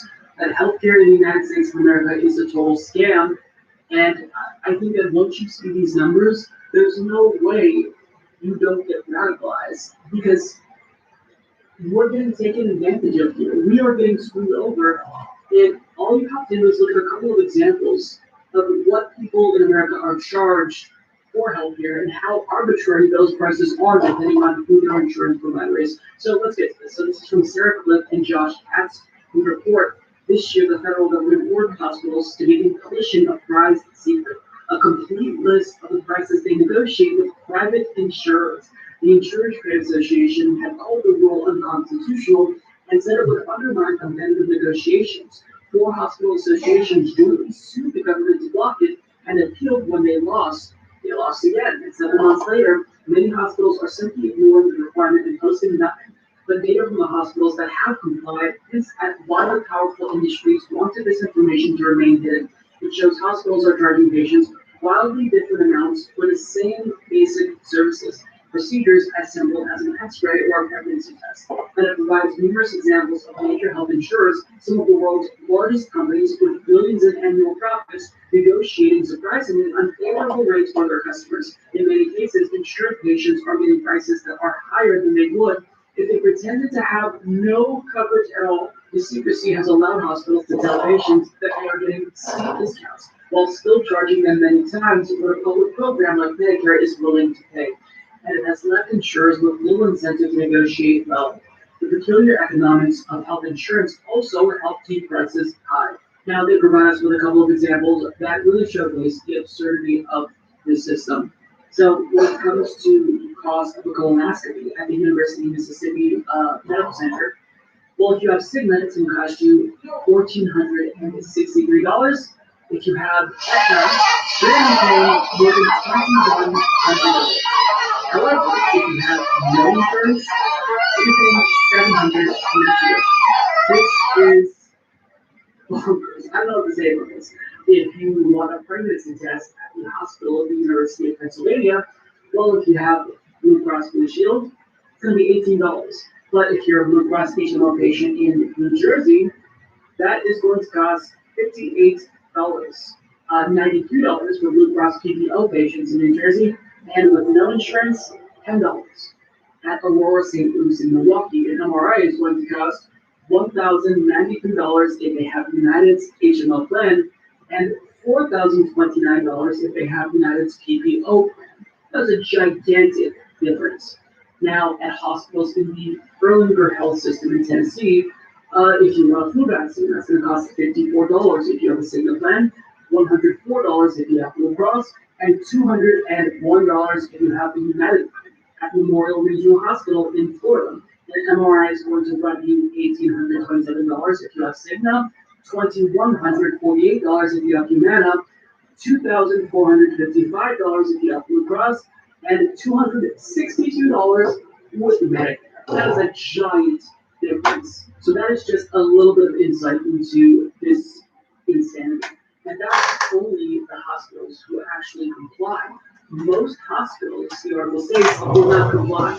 And they're going so far to hide the prices that they charge to separate insurance companies that they're willing to spend $109,000 per year in the fines to hide this information because they know it's that incriminating. I mean, if this doesn't tell you why we need Medicare for all, then nothing else is going to get went across. But Medicare for all is a single payer system, which means all of these insurance companies would go the way of the dodo, right? We regulate them out of existence, and we have the government be the sole insurance provider for all of Americans. And that's why you can see that, Medicare gets better costs than these insurance companies. But what this also, I think, tells us is that we really should move the goalposts when it comes to healthcare. And we have to acknowledge that Medicare for all single payer, this is really a compromise position. What I would like to see is a nationalized healthcare system where hospitals are actually nationalized. Because I don't believe that healthcare should not be an industry. Healthcare should not be commodified. Healthcare should be free at the point of service. And so long as you have these for-profit, privately owned companies in the mix, they're going to do things like this. And single payer will drastically improve our healthcare system. But there's still going to be these private hospitals that care at the end of the day about their bottom line. And they're going to make decisions on the basis of what makes them money, because these are businesses. So I think that progressives should continue to advocate for Medicare for all single payer. But on top of that, we also have to start educating people about the benefits of nationalizing hospitals in America, making our system reflect the UK system, which isn't perfect, right? It's not the end all be all. It's at risk of being further privatized by Tories. But if we don't start talking about totally removing the cost incentive from these systems, then I think that we failed as leftists. Because sure, insurance companies, they are the lowest common denominator when it comes to most of the insane costs that Americans have to pay. But it's also hospitals too, right? They're part of the problem, and I think that we also have to have a conversation about their role and us needing to get rid of these private companies in all of healthcare because this is ridiculous. I mean, imagine if you went to a store and you wanted to purchase a video, Elden Ring. The cost of that game is going to be $60, $70. But imagine if they said, actually, you have to spend $150 on this game because you're from New Jersey. Well, that wouldn't make sense, right? Just because you're from a different state, why would you have to pay more for this video game than other people? It's totally arbitrary, right? Well, they would only be able to get away with this if people didn't know that was happening. Like if you were from New Jersey and you just always assumed that video games were $50, well, you wouldn't necessarily worry about that. But if you learned that other people are only paying $60 to $70 for games like Elden Ring, then you might get angry. You might want to change the system itself. And that's why they're willing to pay that fine every single year. It means that they can hide this information from the public.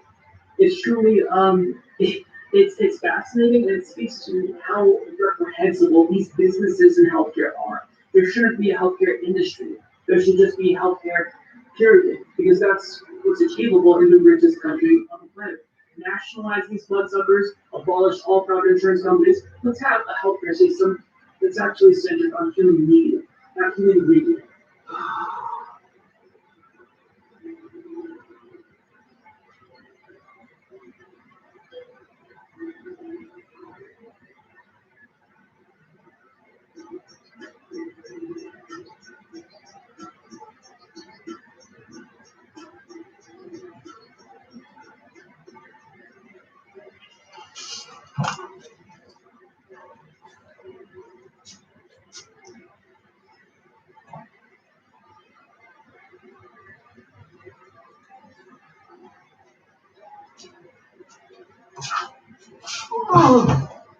So COVID-19 cases are sharply increasing around the country, but in Arkansas, it's an entirely different story. These cases there are just exploding. And one of the reasons why they're one of the worst in the country is because they have an increased rate of vaccine hesitancy. Now, thankfully, as the situation gets worse, vaccinations have actually tripled in Arkansas in recent weeks. But having said that, though, not everyone is convinced yet. And even as they watch the Delta variant ravage their community and affect them personally, many people still refuse to even believe that the pandemic is a real thing. Now we get a little bit of insight into what doctors and nurses deal with thanks to a documentary that by doctors who work in the ICU with COVID-19 patients. And what they say is that even as people get COVID-19, they still won't take the vaccine, and many still believe, most still believe that the virus isn't actually. So this is truly difficult to watch, but we'll take a look at this documentary, we'll discuss it, and then I'll tell you what I believe the solution is to this problem. If you're in a hospital in Little Rock, Arkansas, where the Delta variant has led to a surge in COVID cases, the ICU is full beyond capacity. There are people on ventilators who are in their 20s, and over 90% of the patients are unvaccinated. Arkansas has one of the lowest vaccination rates in the country. 4 months ago, the state legislature passed a ban on mass mandates. Now, with the spread of the Delta variant, hospitals here are being pushed to the brink. What are you hearing from unvaccinated patients who end up in ICU? Well, only a few of them would actually believe they have COVID. You tell them every day. Most people don't even believe they have COVID. Yes, great number of people don't believe they have COVID and they're lying to them. How do you overcome that scenario? It's very hard to do. I mean, you educate them, but if they get too educated, then they get more short of breath, then they require more support, and then they get intubated, which then leads to along the hospital stay? My lungs were covered in COVID pneumonia. When you cannot breathe, when you can't get air, it is very scary. Did you get the vaccine? No, Have you talked to the doctors and nurses here about the vaccine? I have, and yes, they're explaining, but you have to be open to hear, and I wasn't, and I'm more open to listen now. Why did you agree to the interview? I'm living something I didn't believe. I'm living it. And people need to know that it is real. It is real. People are dying. They are dying. 18 months into the pandemic, doctors here say they have more COVID cases than ever, and new groups are being hit harder. 20% of this hospital's recent COVID patients have been pregnant women. Lindsay Smith didn't get the vaccine and tested positive when she came to the hospital to give birth. She's asymptomatic and had to be separated from her newborn son. This is our son. He's in the NICU right now. It looks like he is sleeping. How is it to not be able to go and see your baby in person? This morning was pretty difficult because he's supposed to be with me. You know.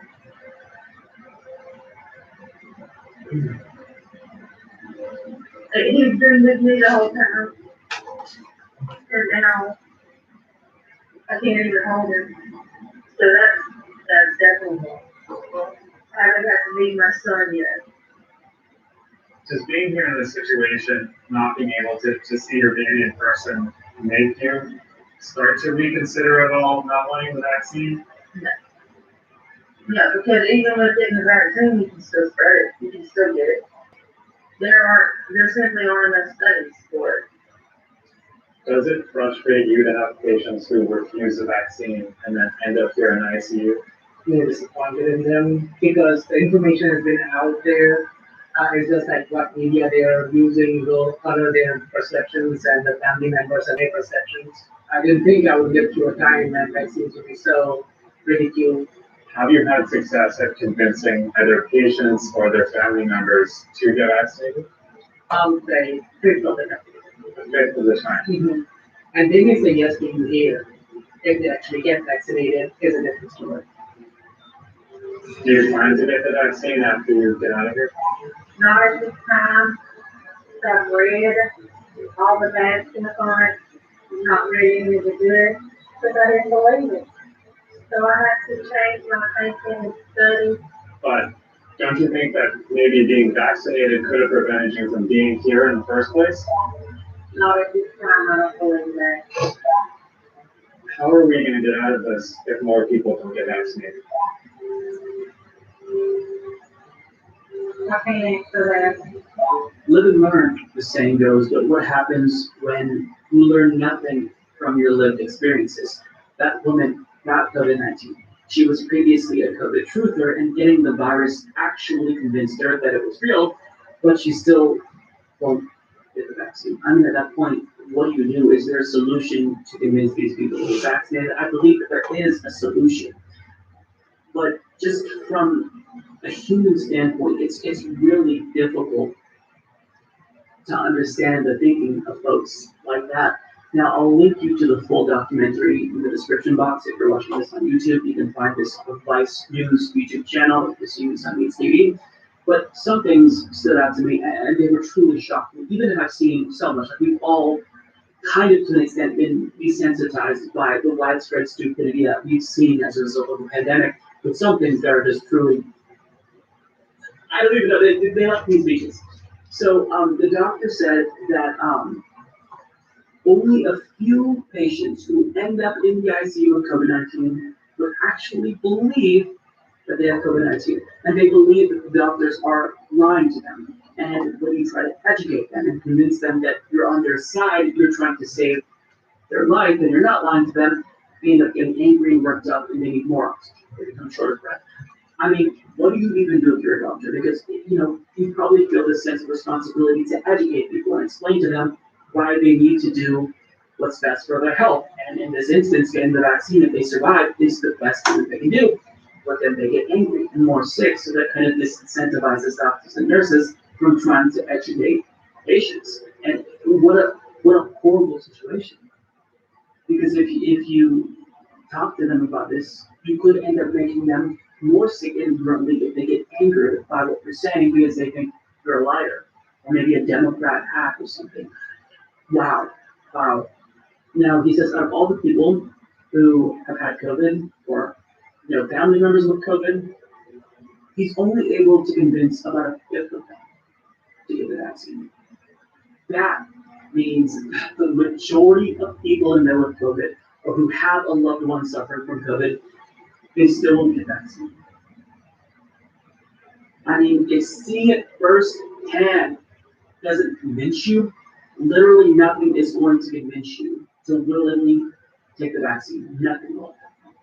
And one lady who was separated from her baby, she still wouldn't get the vaccine, even if she saw how it affected her firsthand. The lady who was a COVID truther, who we discussed, she at least believes that the virus is real, so I mean, she made some progress, but she still doesn't want to get the vaccine, at least at this time. These people are brainwashed, and the doctor kind of alluded to this, that they choose media sources that spread misinformation. I don't know if they're watching Fox News or Newsmax or even Joe Rogan, but they've been told that the vaccines are bad and they shouldn't get the vaccines, and they believe that so much that they're willing to die just to be proven right, or because they believe in the wrong things that they believe in that passionately. So here's where we're at. A lot of people are going to choose to get vaccinated who were reluctant at first. Perhaps FDA approval will help.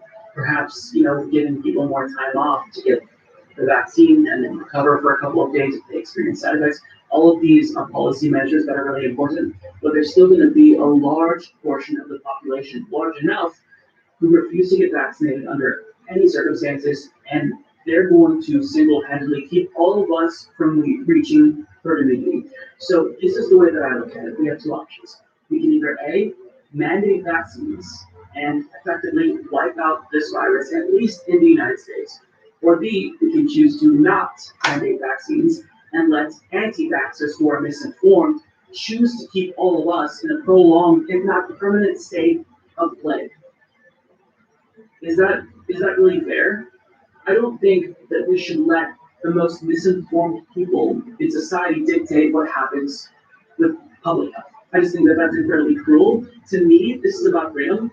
Their refusal to make an objectively good decision for their own health and health of the public has inhibited our freedoms. So if you believe in freedoms, vaccine mandates are our only route to freedom from this virus. If we can't eradicate the virus, we can't resume safe indoor activities and get back to life as it was before the pandemic. So it's time to stop letting mostly right-wing anti-vaxxers impose their will on the rest of society, and it's time that we mandate vaccines through vaccine passports. And when you consider the fact that 62% of Americans actually support a vaccine mandate, this is just us advocating for the democratic will of the majority of the people who want to be free from this pandemic.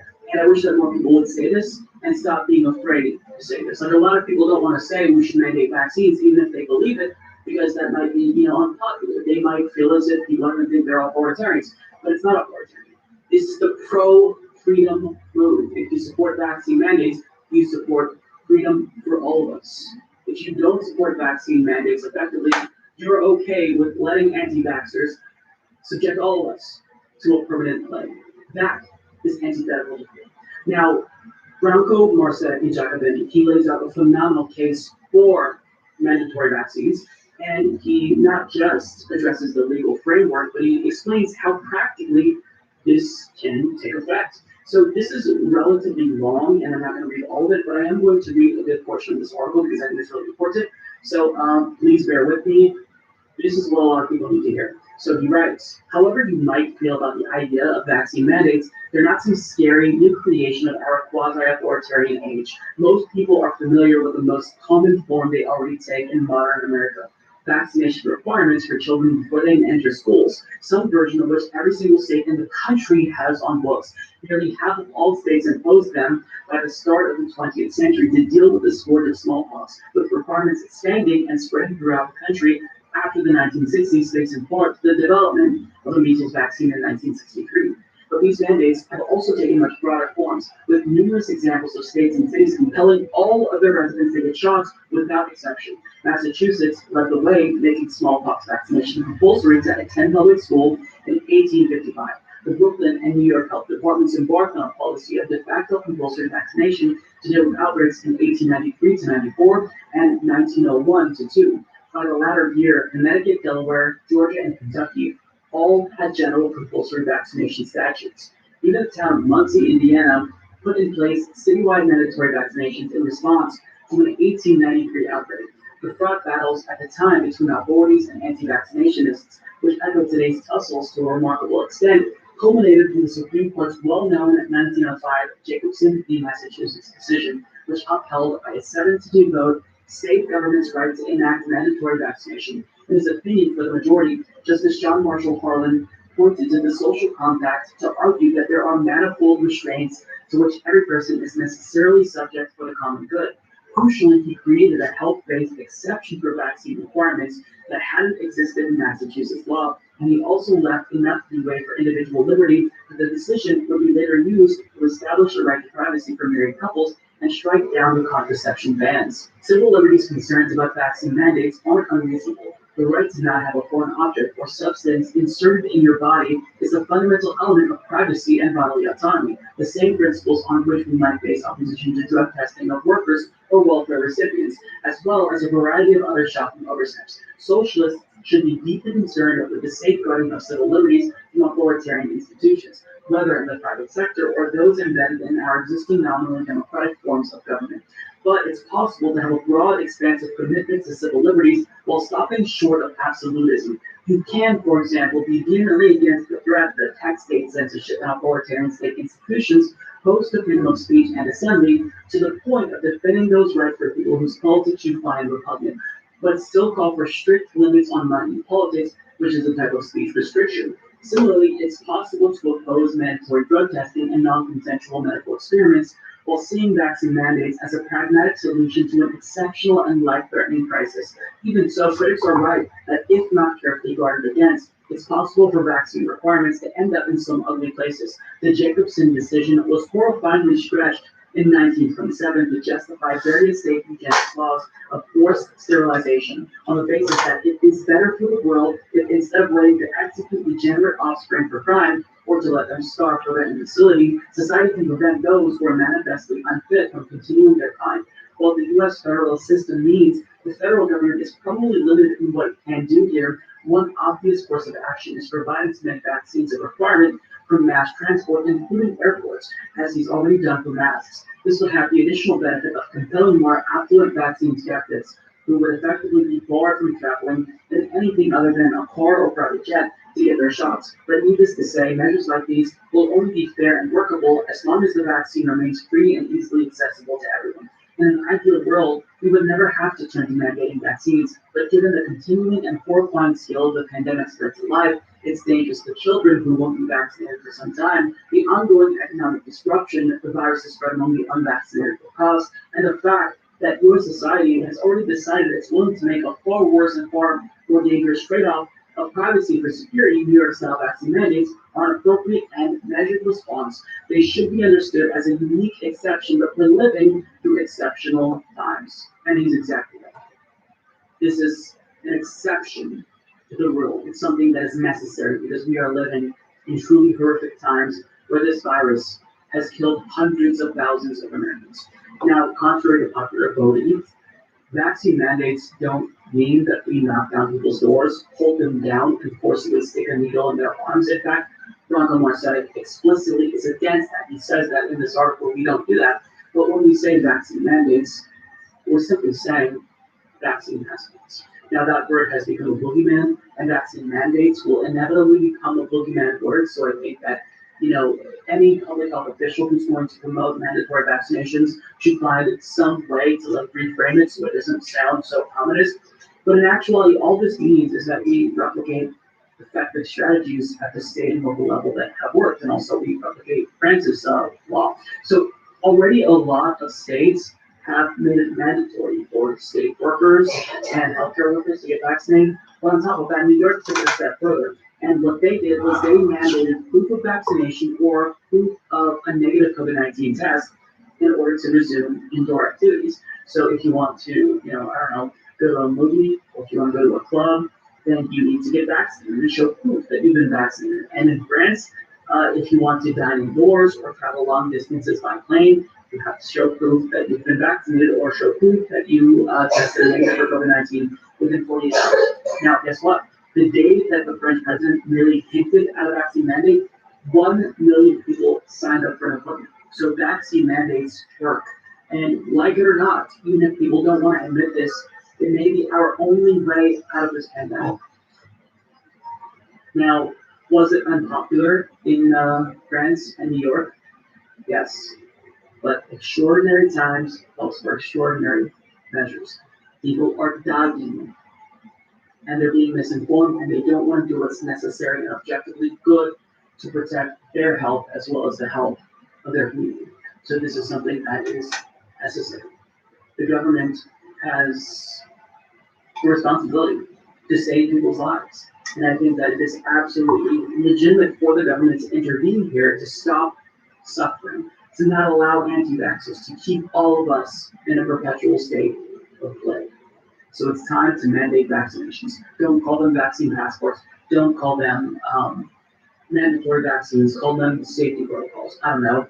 But regardless, if you choose to try to sell it or not, it's necessary. And it's the one thing that we can do to at least get rid of the virus until a new variant emerges. Now we have to make sure that the global population is vaccinated. We have to make sure that everyone has access to vaccines. They're still free and they're widely available. But if we don't mandate them, there's going to be a large portion of people who just refuse to do it. It's not like I'm advocating people do something that I didn't do myself. I got the vaccine, right? I wouldn't advocate for people to be harmed. But what I am advocating for is for people to not die. I want to stop people from dying. I want to stop people from suffering. And I want Americans and the rest of the world to have our freedom back, to resume life as it was before the pandemic. And we don't get our freedom back unless we mandate vaccines.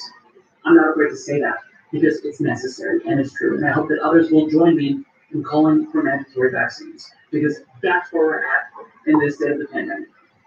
We tried the carrot approach, and now it's time to use the stick approach. People just are refusing to do what's in their best interest, so we're left with no choice.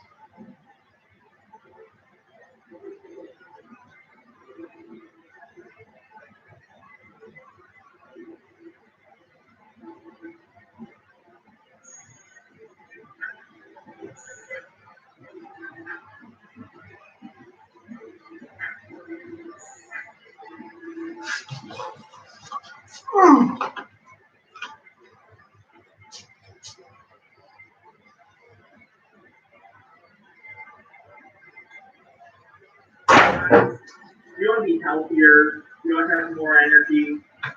Elliot Holtz has a solution for you. Elliot, now that I have been practicing low fat, I noticed that when I get down with my lady, I become a premature ejaculator, which was never a problem before. In fact, I used to last too long, where it was annoying. Now it's like I can control it, I bust right away after I manage. Masturbate. I'm not just jerk it sometimes. I'm not telling you to do it compulsively, but just masturbate. It's healthy to masturbate. Like 99.9% of people masturbate, the people who don't aren't happy. Fucking masturbate. Just jerk it. Just jerk the penis. Go flip the bean. Go do what you gotta do. Just come. You fucking weirdos. Rock Johnson, feel like musicals, I recommend Bear on opera. It's about two gay kids in their final years of Catholic boarding school. I'm just sit there and say, well, I'm not going to that.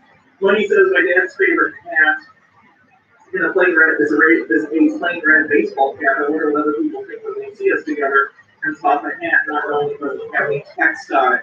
Yeah, they basically ruined red ball caps for everyone.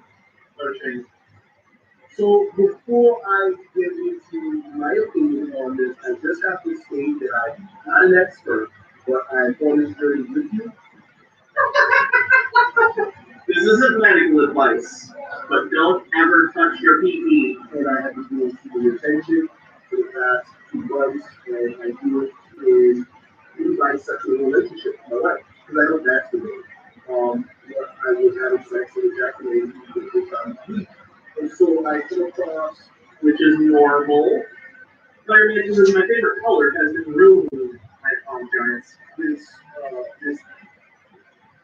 Get on Team Purple. I don't think any political party's gonna ruin purple anytime soon. We love stuff in 30 minutes. got turned on by a female CEO. Got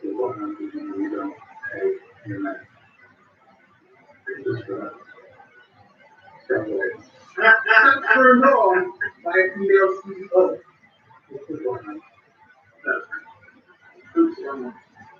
This thing called Careza, this practice, is a practice of Careza. So it's basically essentially, if I boil it down to it, it's having sex but not rolling your load. Having sex but not ejaculating. Which is interesting because as young men, That sounds frustrating. first of all, as men, we're goal oriented. So there's got to be an end for us to accept you for color purple. That's just our nature, right? We want to get to the bottom line. We want to get to the solution. Otherwise, it's called edging you flat. And even with edging, eventually you come. We get to the conclusion. You want to get to it? And so when we first start, I would say that 95% of us had our first sexual experience with Miss Collins and the $10 or $5, right? Most of us, it came through masturbation. And so we set the stage for ourselves to get to the goal as quickly as possible. I don't know if it's about you, but I remember, right? I think the first time I must have been about 12 or 13 years old, and it was just a mad dash to that busting nut. It was as quick as I can, as fast as it can, it's better. Because The last thing I need is to hear about Elliot Holtz's adolescent masturbation habits. Why do I put myself through this? I was going to get to that gush, right? And so what Did we not call ejaculation gush? I'd appreciate it. The implications of volume of the term gush just make me want to throw up. happening is we then treat sex the same way because it's in our nature, and then it becomes a practice, so it becomes ingrained in us to hurry up, get to it. And so there are a few things that I've learned over the course of the past few months while I'm practicing Careza, which means give your wife all orgasms she wants, according to Good for his wife. Ice Cream said he's gonna say maybe not watch him ever again, that'd be nice. No, he's self-destructive. He says what's more dry, Elliot Holtz's wife, Ben Shapiro's wife, or Peter's wife. Ben Shapiro. It's like I hate it when he does the as men thing, like women aren't goalie oriented. You're all the time. Also, how dare he try to speak for all men? Yes. There's one book called Energy Careza. Two books are recommended: The Gentleman's Guide to Careza, Gentleman's Guide to Careza Sex, and Energy Careza. Oh, did I mention this, by the way? Bad news, guys. You know Bryson Gray that we cover regularly or covered regularly? Can't cover him anymore. At least we can't cover his videos anymore. He got banned from Twitch, which is good. But we can't cover him. So if you're ever wondering why don't we cover Bryson Gray anymore, we'll probably still sometimes see his tweets or things he has said, but we can't outright comment on the videos because he got banned from Twitch for hate speech. Yeah, he's a rapper guy. Craig White says, oh joy, the porn is harmful garbage that I've heard for years, but has next to no scientific evidence to back it up. Money says, don't worry, this is a parody video, so you shouldn't get in trouble. It still picks up, I think. It's because it has a lot of the same sounds in the Ghostbusters thing. Larry says, but Elliot sex isn't for pleasure, it's for making kids and making sure everyone involved is miserable. Miss Green says that's a good thing. Yeah, I'm glad, but still, I'll miss taking corporation.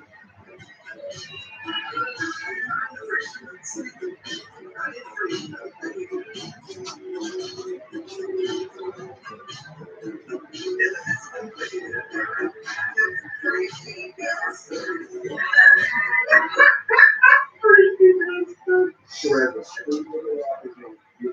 I can pretty quick on screen. Yeah, I gotta do some of those soon, by the way. I know, the move kind of screwed me up. I apologize, everyone. I'll put a mean fish shirt. Man's land will use this for settlement, don't Listen, That's pretty funny.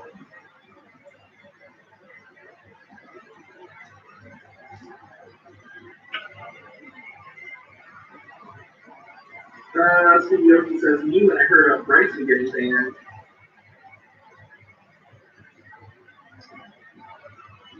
I don't know, I'm kind of really mad at Twitter, by the way, because Bryson literally tweeted the other day,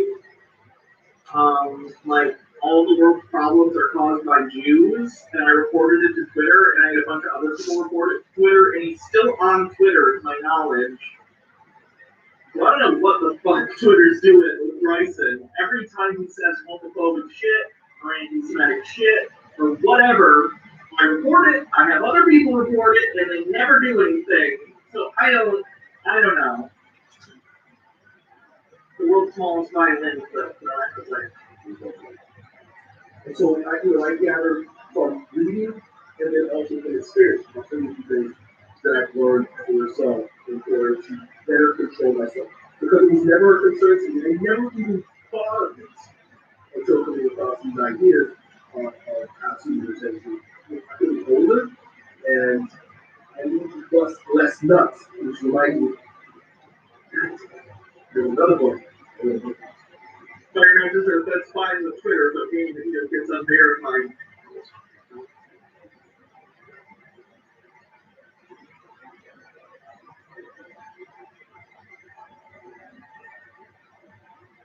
Before I get into some of the techniques that I've learned and that I continue, Or I know you know that when he stood up behind me, he has a statue of the biblical figure Atlas holding up the world. And of course, James, if you ever walk into a man's home, women or I guess gay men, if anyone's ever hooking up with a dude and they walk into their house and they have a statue of Atlas anywhere in their house, run away and never contact them again. That's my advice, okay? here's I another would idea. bet $1,000 that every man that owns an Atlas statue does not box. Okay? Fact. He thinks he's holding up the world, but he won't go down on you. Colston says, all this shit is just Elliot having a midlife crisis about being old and losing strength. Probably. Steve Yoshi says, what's worse than having a statue of Atlas or the book Atlas Shrugged? The Venn diagram of people who own a statue of Atlas and the people who own Atlas Shrugged, everyone who owns an Atlas statue in the year 2021, that circle is completely in the circle of people who own Atlas Shrugged or have read it. Good book. So I think it's important in this book he makes Like right now, so they have Batman has an Atlas statue. No, Batman is a fictional billionaire, so he actually cares about other people. Batman isn't. Bruce Wayne is not a realistic character, nor is Tony Stark, but like they're fictional characters, so they're rich and they give a shit about other people. Ice Queen says, what if I go to a woman's house and there's a statue of Athena? You're probably fine. Fire says, poor Atlas ruined by Atlas from. yeah. It's clear that it's not that we never blow our load ever again, but there is a optimal time of repentance. Honey, it's time for your monthly semen milking. That a man based on his age should go. So, I'll do my best to last as long as I can, but there should be an endpoint.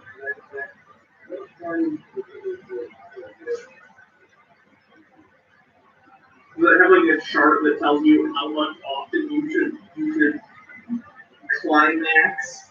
And at what ages? According to traditional Chinese medicine, this is how often you should go to low. Traditional Chinese medicine. Yeah, I trust that. Which is most healthy. Because when you're doing this, If you have to put a word before medicine, like traditional medicine, it's not medicine. It's folklore. So Money says, and that sucks because the Greek mythos is cool as fuck, and also Atlas Shrugged sounds like being named for such a raw book, but of course not. Like that's with bits. Welcome home, Master. Oh yeah, someone showed me this the other day. Boss, mighty heavy today.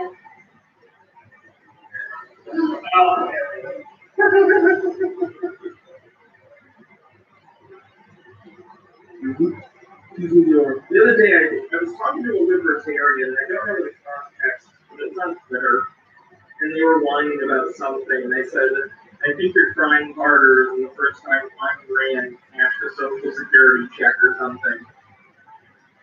Which is pretty good. the vitality. And I started to feel like I'm losing my vitality as I was getting older. I was wondering what's like going on with me, and I was starting to have ED. I was like, nice, that's it. And it turns out that I didn't have ED. I was going on load too much. Please stop going to load. That's that having sex. Stop going to load. Guess what happened when I stopped going to load? You do away. Does even ED just mean not getting a warning? Because it kind of sounds like that's what he thinks it is. Like erectile dysfunction, I guess maybe I have misunderstanding erectile dysfunction, I guess now. But I was under the impression that erectile dysfunction was an issue where you feel aroused, but you are just incapable of rising to the occasion, for lack of a better word, right? Like if he's just not in the mood as often, that's not ED, that's just he's not, doesn't have the libido he used to have. Those are different things. Lord Necro Jay-Z says, he met my mom as trans and he told me that she wants me to accept me, but today is going great. That's awesome. I'm really, really happy for you. I just need to wait long enough to build back up my vitality, and then as long as I build my load, especially for a period of time, it's what you do. Guys who have ED, I'm telling you, one reason why you have ED is because you're going to load too much, too often. Dr. Elliot Holtz, men with ED are blowing your load too much, too often. Too soon. Stop blowing your load. None of this is answering the guy's question, by the way. For those who forgot, because this video feels like it's an eternity long, the guy's question was, Elliot, I took your advice and I stopped masturbating because you told me it's evil or hurts me in some way. And now I stopped, and now I do engage in sexual activities with my significant other. I am having issues with premature ejaculation. He has not addressed the question at all at this point. Here it is. The ancient text gives the following advice. For a man of 20 years, The ancient texts. Oh boy, I need advice on how often I need to cool. I better reference the ancient texts like we're in Dr. fucking Strange. You're not casting a spell. You're jerking it. once every 4 days. So once every 4 days. At 30, once every 8 days. I guarantee the guy that wrote these ancient texts is jacking it twice a day. At 40, once every 16 days. So really the goal for me is to get past 2 weeks. Right? Get past 2 weeks.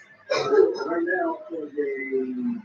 I do not even know how full your testicles are.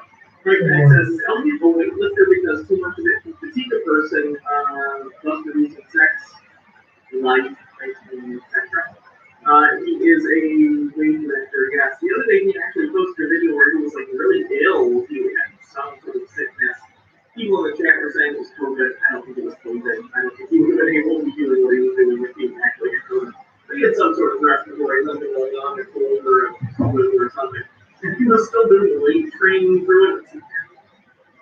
I don't even like you, but please go into bed, eat some soup, and watch Netflix or something, just rest. I think Elliot, and this is complete speculation on my part, I feel like he's so much of an identity is wrapped around being this like strong man weightlifter guy that when he gets sick or as he's getting older and he's less capable than he used to be in those specific fields, you know, lifting heavy things. I think it's affecting his ego like a lot in a really negative way. I think it's not good for him mentally. He needs to start being able to find himself for hard things other than how much heavy shit he can lift and how much he can lift, how much pain he can lift through. Like that's not healthy. He's gonna hurt himself. Matthews Octavius, thanks for extending your subscription to Setember. Yeah, I think for longer too, just for a challenge,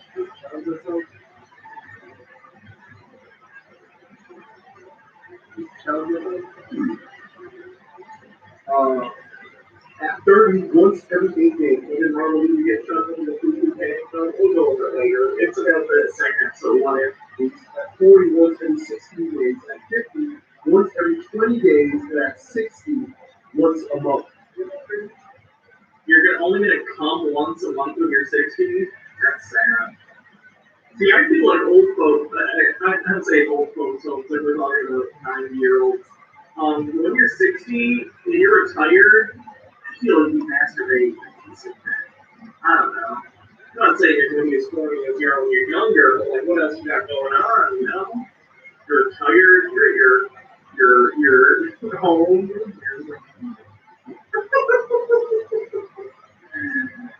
Tiger Manson says, I can say from experience, one or more a day has an advantage. Nursing home residents fuck a lot. Yeah, there's actually an issue where STDs spread pretty badly, and I mean badly, and they spread well in old folks' homes because they don't use protection a lot because forced pregnancy isn't concerned for the vast majority of them. But they're still having sex because they got nothing else to do, and they're interacting with people who live in the same building or community as them. It's like a whole community. So, like, assisted living facilities and places like the villages in Florida, you know about the villages and the retirement community that can give you a nicer way to say it. They have big STD problems. Bobby Mutton says, in ancient times, the story to keep the Nile fertile, the Egyptian pharaoh would have an elegant procession at the river where he would strip and jacket into the Nile. Ancient ways are legit. We can keep that going. I agree. Can we get the Egyptian president to come down and jerk it into the Nile this year?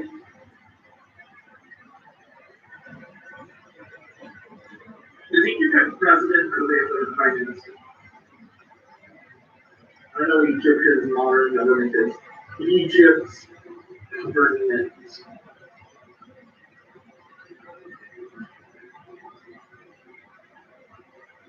Egypt is operated under several constitutions, one was a monarchy, and after 1952 as a republic, the first and most liberal of these was the 1923 constitution, which was promulgated just after Britain declared Egypt's independence.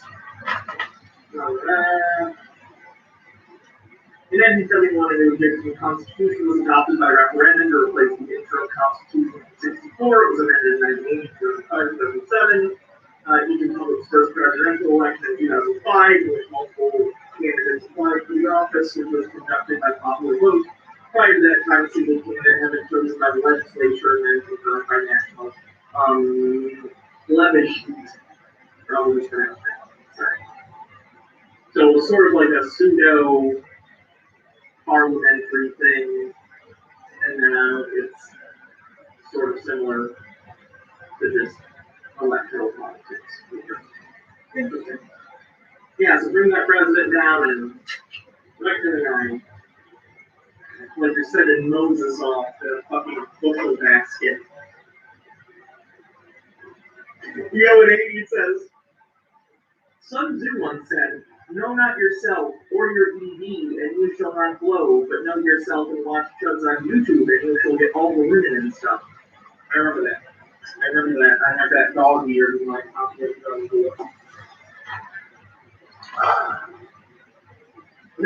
So they give us a guideline by which, if you look at the traditional Chinese medicine, it says there are clear guidelines, traditional Chinese medicine about exactly what to explain. In general, not more than twice a month is advised because it's now cheap. What if it's the liver site? Durations include man's health and age. The ancient texts give the following advice for man 20, no 34 days. Man 30, no 38 days. Man 30, no 38 days, 40, 50 days, 200 days. So, No, TMI, never mind. So Gravel says, the loss of chi. Is it Elliot Holzer Christian? He's a Christian, but he also believes in a lot of woo bullshit. No. I think that gives some of us a starting point. Now, that is if you're having sex. I don't think he addresses masturbation in this book, and you've already thought that she is the most orgasmic man. He believes in masturbation, but not ejaculation. He believes that by masturbating, you're basically having sex with yourself. But if you don't do it for ejaculation, you do it simply to circulate that sexual energy. You build it up and you circulate it through stroking, but it's not even really masturbating because you're not going to get it. Daughter Tiamat says, but the player's handbook says I get all my key points after a long rest. Easy. And so given that, and then these guidelines, you can see that there's something, something for us to strive for. I'm not. You still not answered the question at all, by the way. I want to remind you, this started with a question about premature ejaculation resulting from not masturbating. I'm sure that these guys, and some of you are maybe you, who are allowing your dick to go dormant for 60, 80, 90 days, I'm not sure that that's the best way.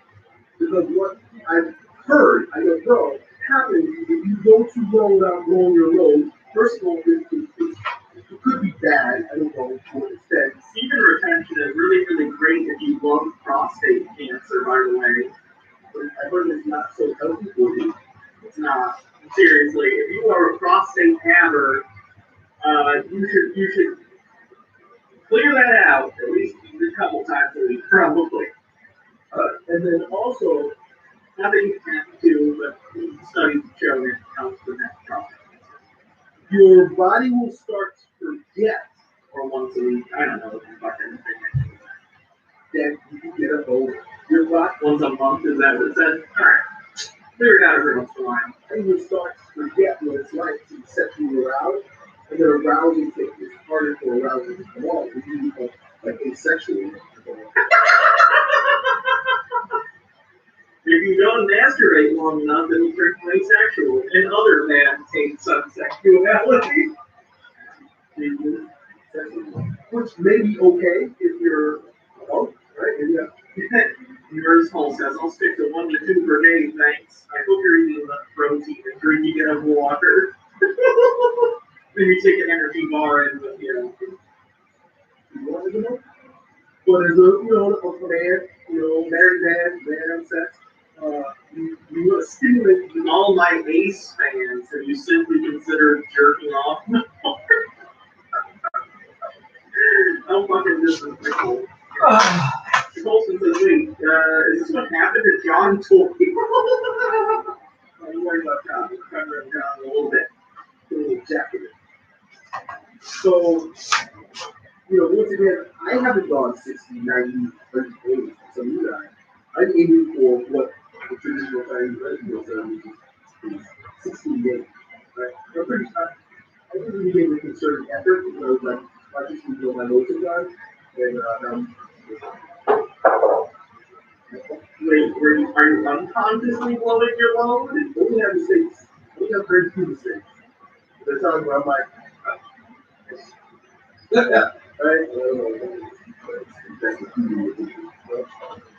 16 days for me.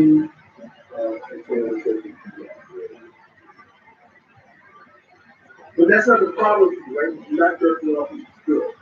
You're get up back. You're getting with your girl, and as soon as you get inside, and you go and go.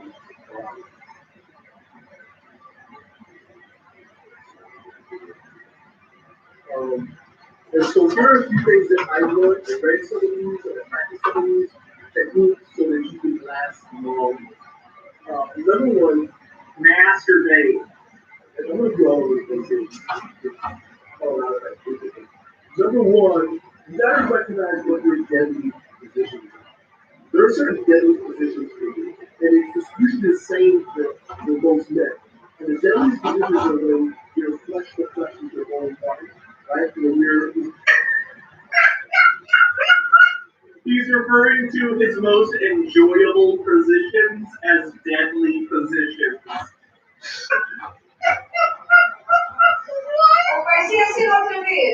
No, men, you must not enjoy sex.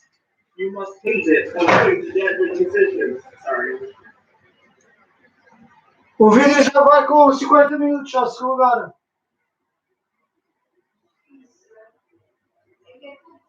Achas que ele comunica e já é possível que eu. Já estou a ouvir as 50 minutos, já estou a observar. Não, mas olha lá. Ao menos o meu que seria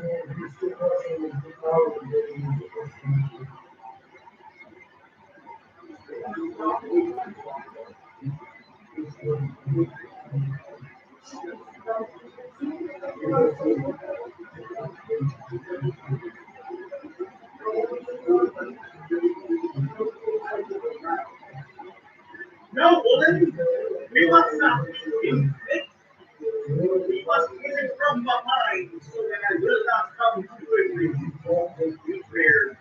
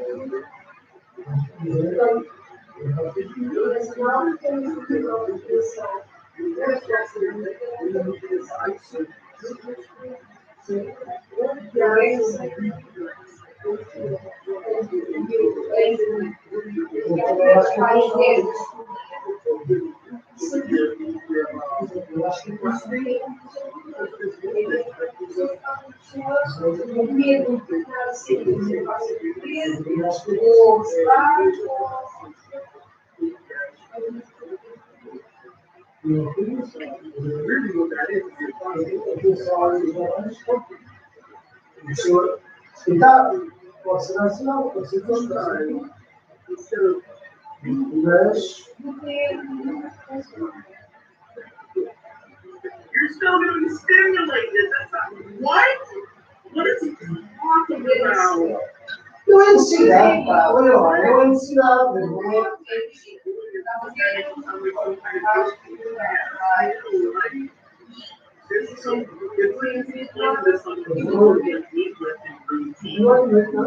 All right, 15 reps. Obrigado. Basta cuidar. Não sou eu. There's a snake in my ass. Faço a comissão, mas No caso de nós,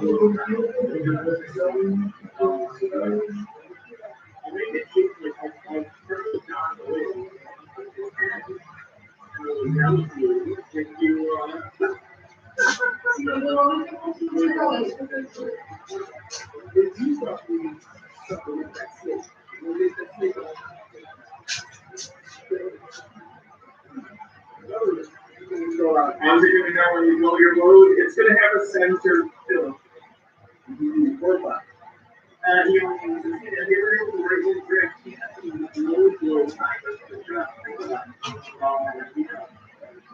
I'll make it cheap, like I'll turn the job away. It'll yell at you if you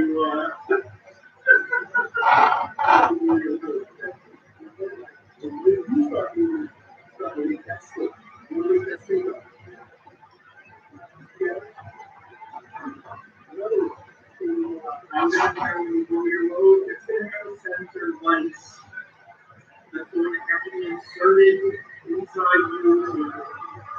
It's gonna have to connect to the prostate and then once or twice a day in order to detect that it's low tap and then vibrating motion. But don't worry, okay? It's a medical device, it's not gay.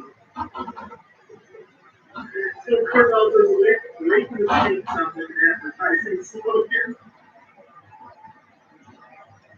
I find it really nice. I remember, like in the 20s and 30s and stuff, there were like dildos and vibrators and sex toys that were marketed as other things to people who were embarrassed to buy that.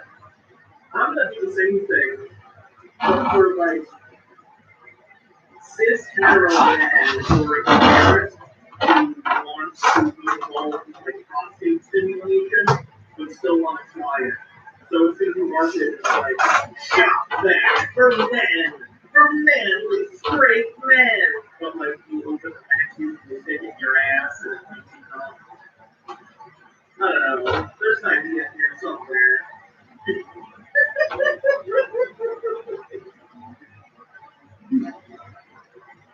Better control what you're doing.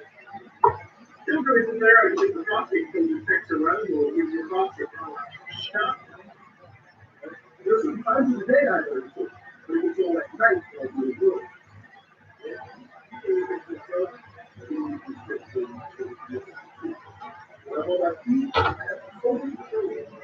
But what if someone has sex song? Elliot, I have a friend who has sex song. You can't help but blow his load. Other Ransom says, we carry a vibrator that's disguised as lipstick, also keep on taking sex. Setember says, powerful shape, painful vibrator. I have endless results.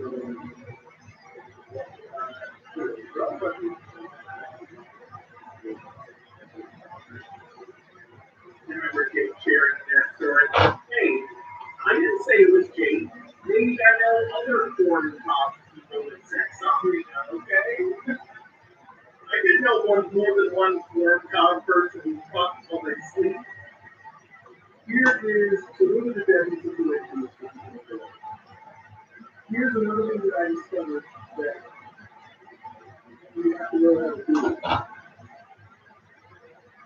When you get sexually aroused, you get close. I don't know if you noticed this, but how you do, especially in the morning, I'll notice like breathing changes, and I'll pull something onto my body. But I'll even sense those parts of my body, and it's anticipation of ejaculation. And so you have to pull back that anticipatory tension in our body. What? Even before I was on like estrogen and T blockers, that is not what my arousal felt like. What are you talking about? But when we have that tension in our body, it's like we're trying to push it out. Everything like who's going to push out because what? You think so when people get horny, when men get horny, you think so they're like, oh, I gotta push out, I gotta do a big come. That's not how it works. Like suppose I try to push your ejaculate out. Like, what are you talking about? This feels like that scene in 4-year-old old version where he's like, you know how groups feel like a bet you'd say that. And he just says, give himself anxiety about orgasms, you know, his attention is aroused, he fucked himself over. Totally says it's nice, sounds like he's shitting.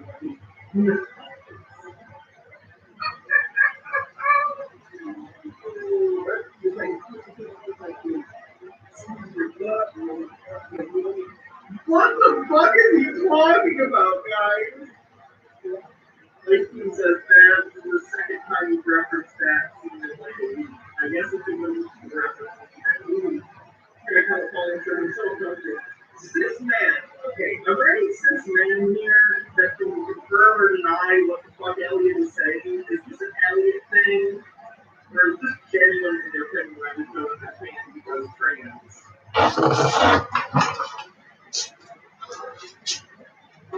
So far, everyone is saying no, it's just him.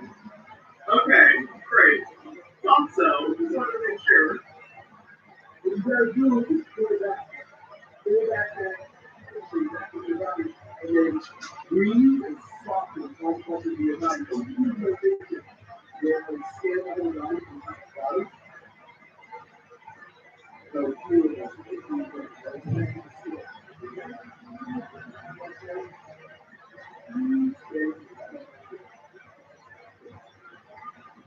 if you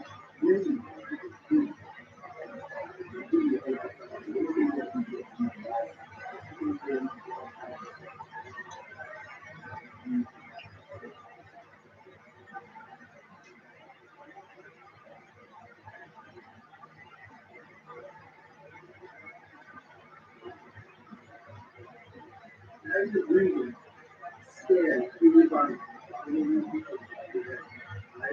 This whole while you're having sex.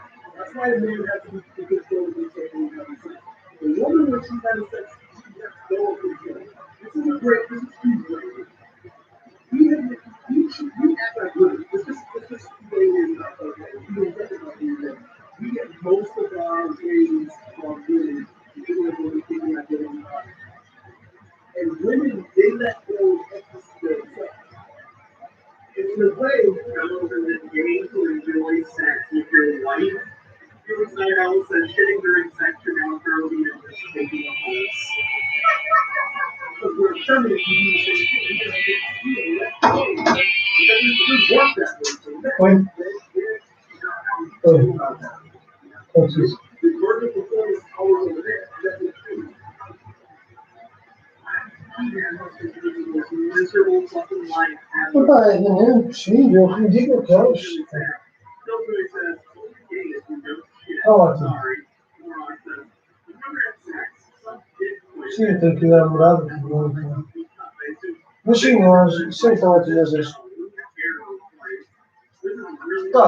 Eu estou. Já estou a preparar tudo, já tenho ideia de pôr as coisas, tenho material, tenho pregos, tenho molde. Sim, hoje em dia vai ser. Eu acho que vai ser mesmo bom dos livros, depois disso. Sim.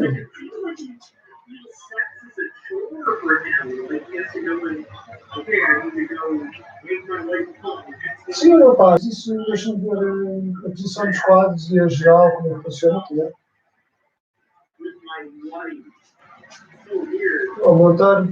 Aumentar esses reflexos e essas coisas todas, né?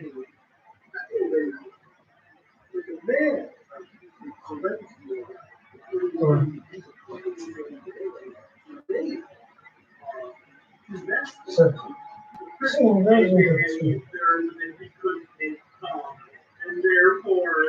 veja, olha, quem está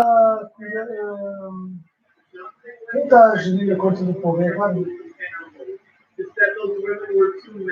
Ok, não, eu já criei um evento no Facebook, mas não dá para convidar o povo.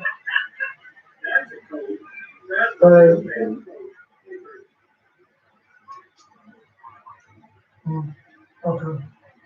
Sim, certo. Eu criei um evento e convidei já a volta para o evento do Facebook, só que não dá para, como o povo é uma página, não dá para pôr o povo como o autor, porque não é só pessoas. That's like the worst advice I've ever heard. You tell Sim. O vídeo vou pôr hoje. Vou ter que puxar o cartaz, o texto, as horas, mandei-os para o computador, vou começar vou pôr o vídeo.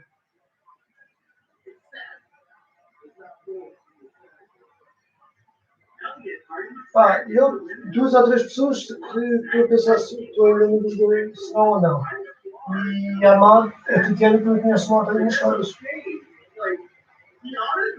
Ainda convidei malta de Caldas, né? Fui Pedro e Francisco e tal, convidei essa malta. Mas, certo. Convidei malta de Lisboa, que provavelmente a maior parte deles não vai. Mas nunca se sabe se algum pode apetecer de dar para ir passear. E a Tatiana também está a convidar, tu conheces amigos aí. Tem malta amiga aí.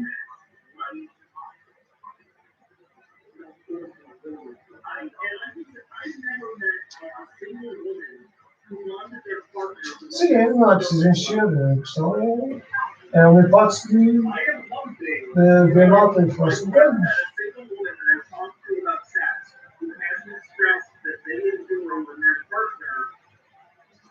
shows that they're enjoying themselves. You know, expresses how they're feeling during sex. I'm not saying that person doesn't exist.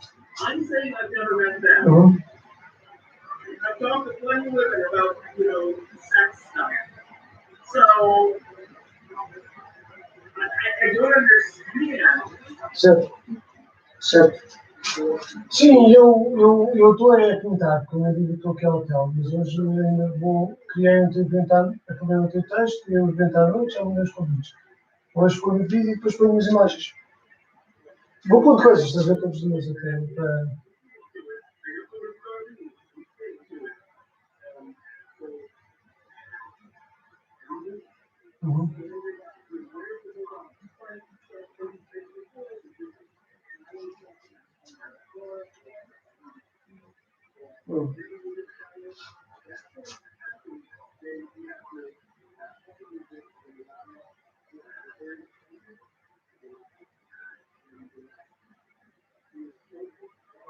Folha de sal.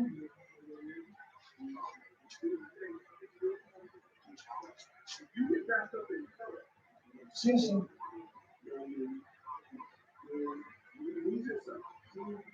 Eu vou fazer isso e vou levar já. Eu quero fazer isso hoje e levar agora. Não quer dizer é que não haja alterações, percebes? Porque, por exemplo, eu tenho umas telas mais pequenas. Sim, eu mando por mail e é só imprimir a preto e branco e tirar fotocópias.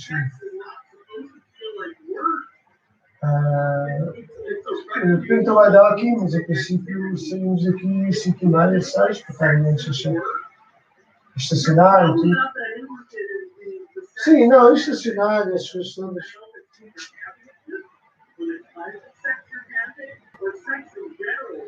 Não, fica tudo feito. Mesmo que seja preciso levar, posso até levar as folhas da sala daqui, percebes? Por acaso disso.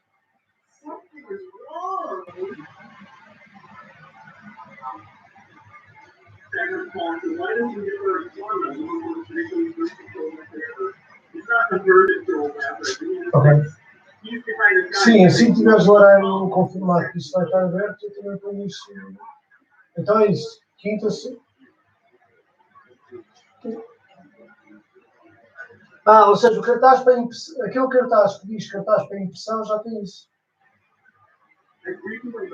As datas que está aberto então. Ok, está certo. Sim. É isso mesmo. A inauguração é o evento especial e cria-se o evento. Depois a instituição está lá no. Ok, depois. Mas mesmo a espelhar cartaz aqui. Ok, isso é fixe. Ok, bom, isso é fixe. Tá bem, então depois eu garanto alguma coisa com as horas, mas bem dar aí. Does he understand this isn't normal? He needs to talk to every sex therapist in the world. The crowd says sex shouldn't feel like work, and that goes over now I'm camping. One says, live the time to come through, and it's just Assim vamos agora e depois temos.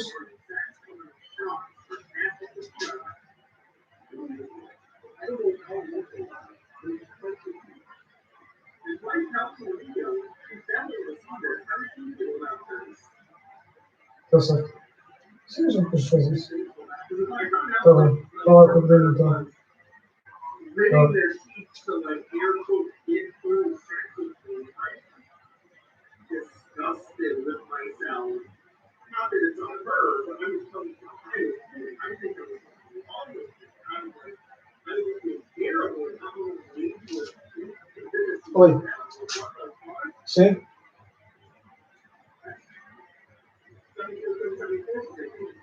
You like sex to force himself to keep it for his medical stuff, and yet he was a sex therapist.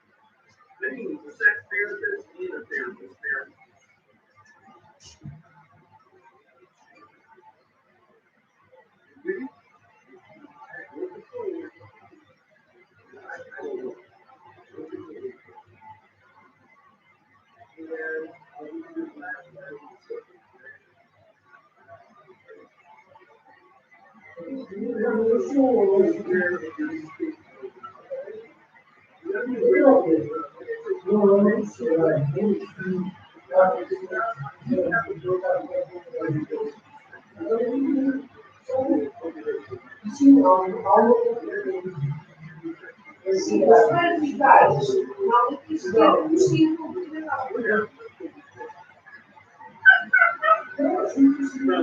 This is addiction to enjoy what you have.